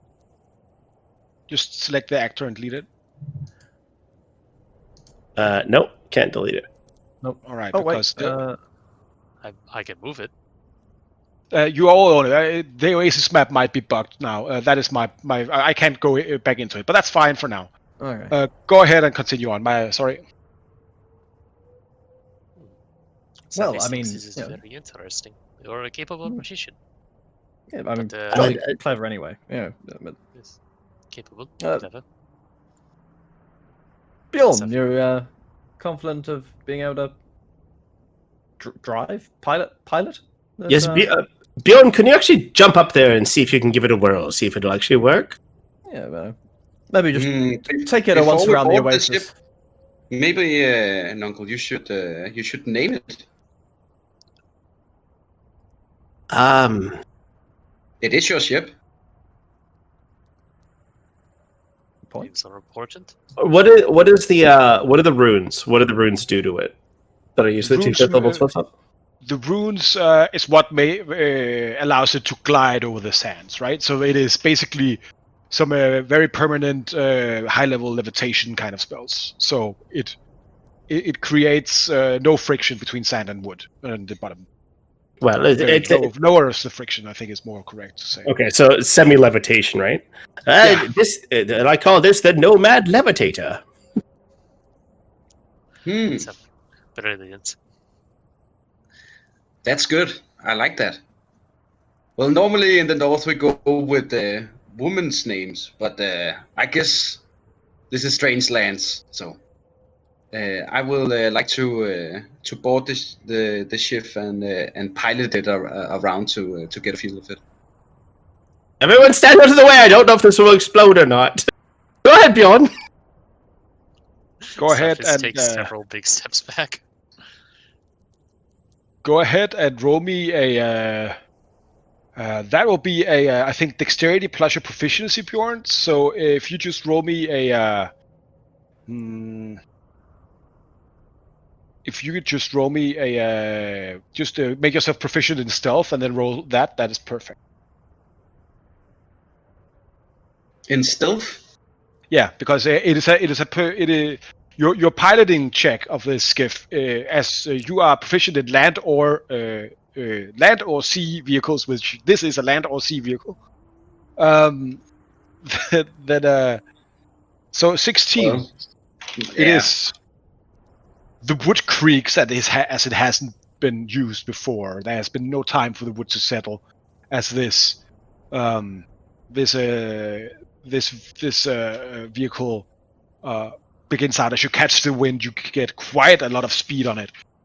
The other ship you had was laden with many people, but when it is only you atop this, you could feel the wind in your hair, and you can see the far horizon of the sand sea ahead of you, and maybe far out, a sandworm cresting above, miles and miles out. And this is perfect. Weirdly, interestingly, this kind of feeling of standing the prow of a ship, piloting it with the wind in your face and just seeing the world pass by you, reminds you a little bit of home, albeit much warmer and much more sweaty. So as you return to the others, do Bjorn have a name for the ship? Oh, it was already named. Oh, what was it Nuncle named? named it. Sorry, I didn't hear what. The Nomad Levitator. Or He sounds so disappointed. perfect. Yeah, sure. That's Voice in the sky. I've named this already. It's the Nomad Levitator. Sorry, I was trying to think of like a geeky kind of like a tinkerer kind of name for it, right? Makes sense. All right, so that is as you all board the Nomad Levitator. That might be the wrong map. Where are you?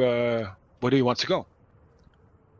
South? Straight south. South. We will probably. So it sounded like the settlement was at the source of two rivers, which makes me think it's probably near the mountains. So maybe if we skirt along the edge of the mountains, not sort of dead against it. Yeah, let's do that. Like a mile or two out from the mountains, and then just kind of follow it along that ridge.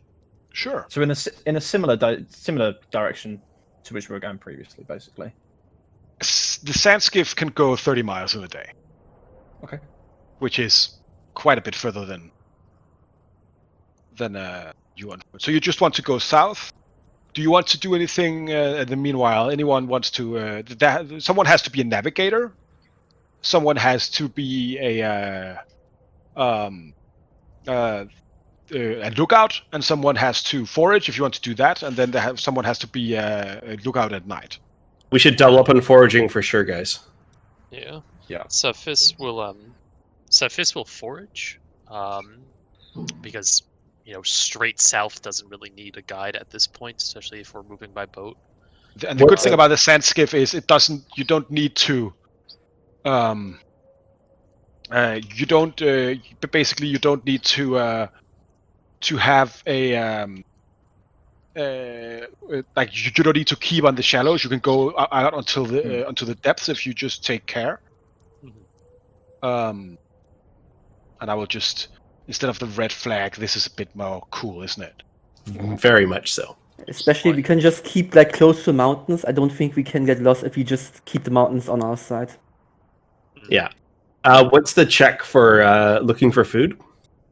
Foraging is survival, and if someone is aiding Safis, they have to be proficient, and he will get advantage.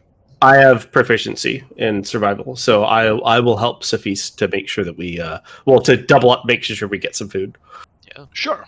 Yeah. So Cephis will just during the day at some points, will just fly out with his boots, and use that to start looking around for food and water.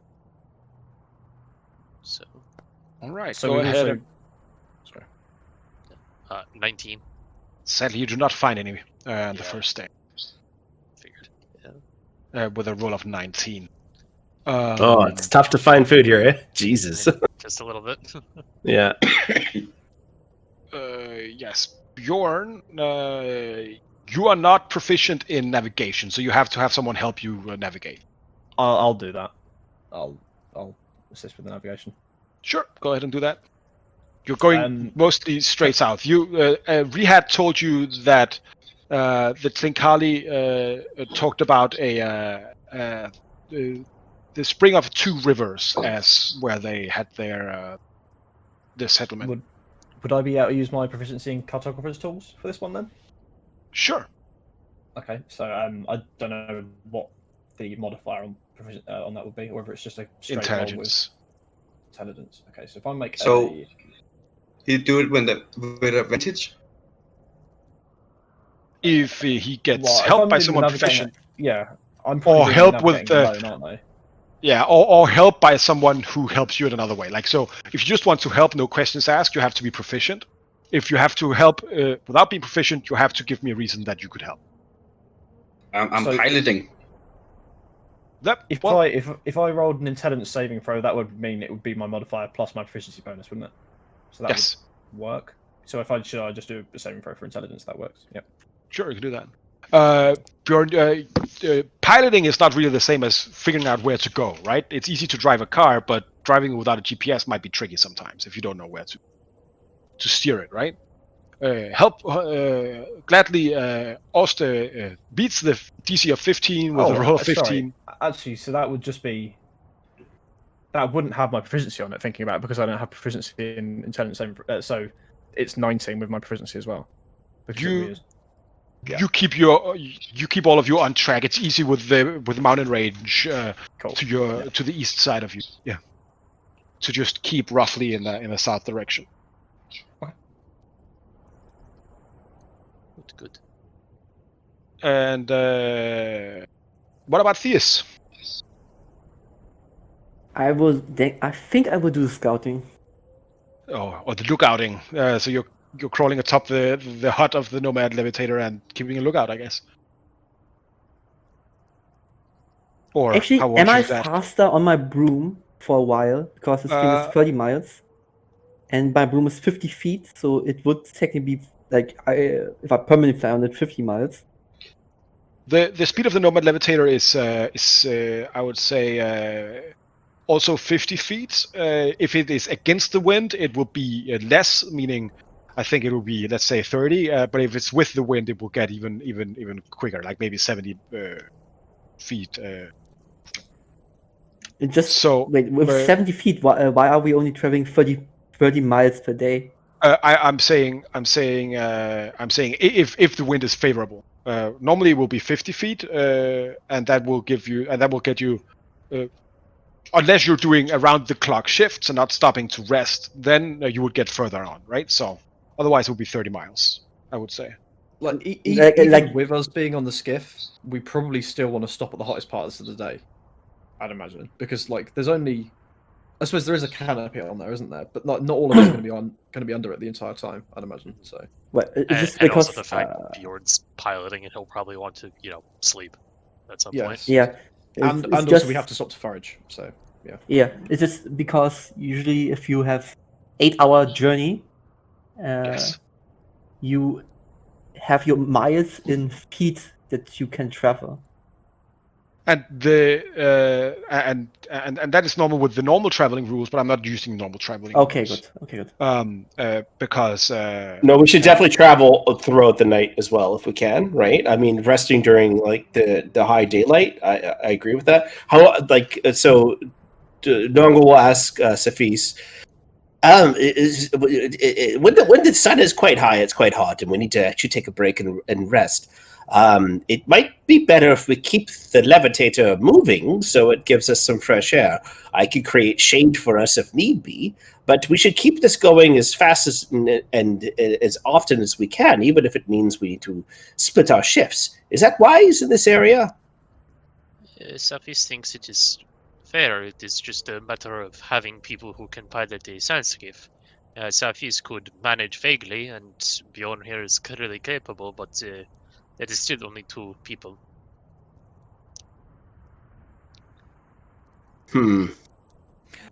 we're still moving faster than we would be on foot anyway. So I don't think stopping a little more often would be the worst thing in the world. I think. I don't think we should stop at all. Boon. Well, if we're running out of food, we shouldn't stop at all. We should continue moving. I agree, but with the current movement, we would be. We're going at more than twice, or we have the potential to be going at more than twice the speed that we were previously going. In which case, we probably almost just about have the food that we need. On top of, as you say, on top of foraging and things like that, I think we probably might be okay. I think maybe we don't stop for as long, but essentially we're constrained by how long Bjorn needs. If he's Bjorn and Safis as the 2 more capable pilots. Roar, this is for you. I have this ability here. It only lasts for 10 minutes. But would that be enough to get us a little bit further? Because I could technically use this and gain proficiency in the vehicles, right? yes, I would allow you to do that. Yeah. Okay. Also, I'm sure that I could study Bjorn and the way he's doing things, and I'm sure that for a certain amount of time, at least while he's resting, I could use this as well. I could pilot this vehicle. Hell, I created it. I might as well be able to drive it as well. I am the first mate. I have proficiency in this. Very well. I mean, I'm not going to be able to pilot. Probably. I've never been much of a driver myself. So if you all think you're capable of it, then by all means. Well, if we run into problems, we will stop and slow down and take a rest. But until then, in case we run into any problems, I think we should move at full speed as much as we possibly can. So, ahoy then! Okay. Bjorn, how's it handling? Absolutely. Recommend. Bjorn, how's she handling? Beautifully. Excellent. So, DM, can we take another long rest? Yes, you can. All right. All right. So I shall mark off another day of food here. So. And water. So water, we were back up to 10 days. That's correct, right? Wasn't it? Previously? Yes. Okay, so we are down to 9. And Yeah. 3.2 days of food. All right, what spells are going to take today? Roar, how many days are away since I was supposed to get back with the pillar? Well, you rolled a nat 20 on your persuasion check, so you haven't heard yet from them. Okay, perfect. Oh, yeah, I told them to contact me. Right. Okay, cool. Or you said you would contact them, actually. All right, so I'm just not going to contact them until they contact me.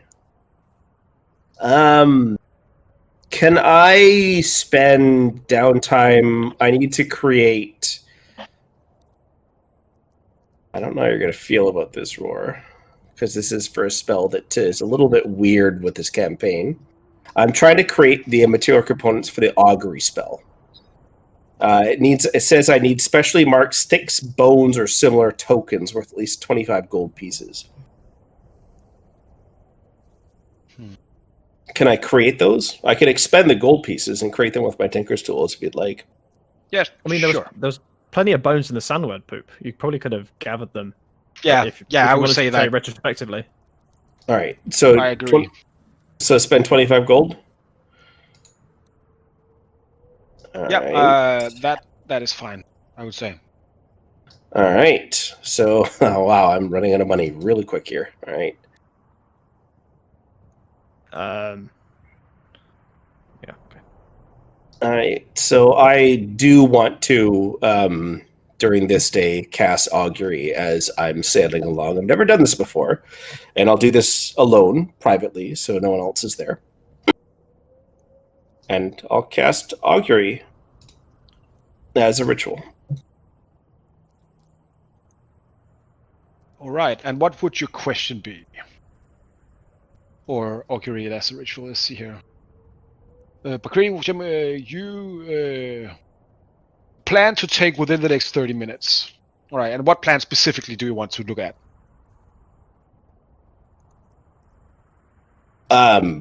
How's the wind?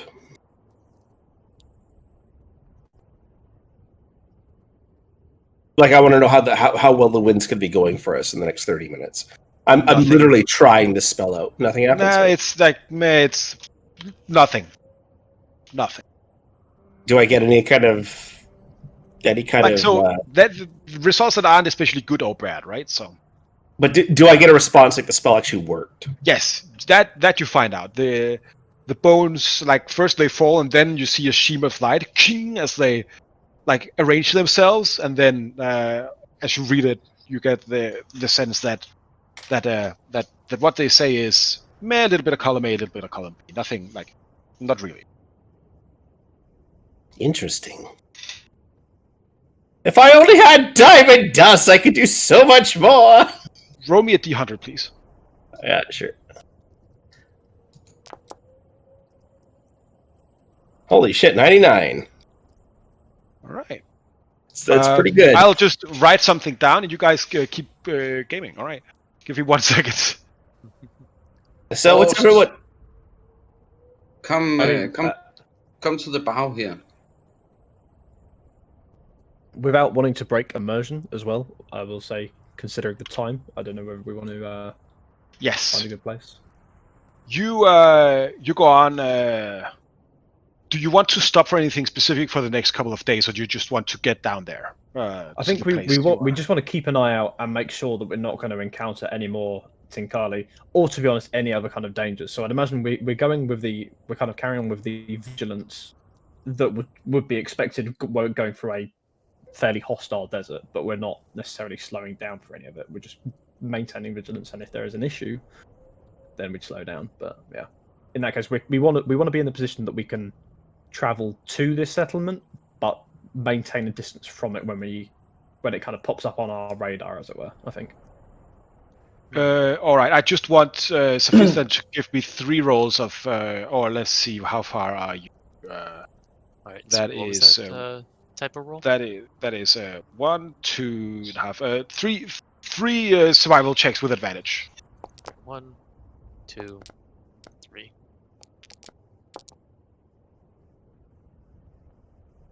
That is 15, an 18, and a 19.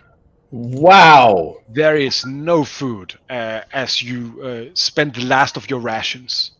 And on the third day, you arrive at the place where you have figured out that this must be where the settlement has like it has to be here. You arrive and you see the river going up in like a cavern, like a kind of chasm carved by hundreds of years of water running. And down in the chasm, you see two large white sails. And you can hear industry and business and things going on down from the gorge. So we are on the map here? Yes. Alright. Safis thinks we made it just in time. And just to give you a little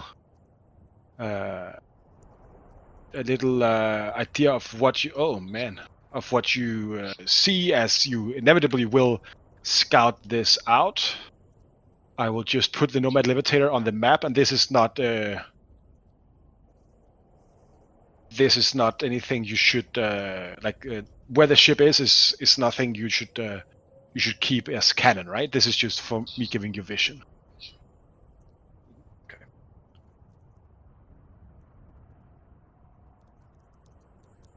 Okay. There it is. Uh-oh. So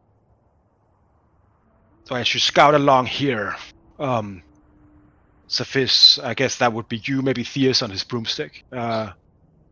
What you see is a caravel of sorts, loading cages of children under the deck, as the Trinkali hive is helping them put the children on the boat. From the decks it looks like logs of wood, metal, stone, weapons, tools, lots of barrels and crates of where you can't see what is, but manufactured goods, raw materials, all kind of things needed to build the town. On the prow of the ship, you see a tall figure, a creature you've never seen before in your life, wearing a triangular hat. From its lower part of the face, you see writhing tentacles.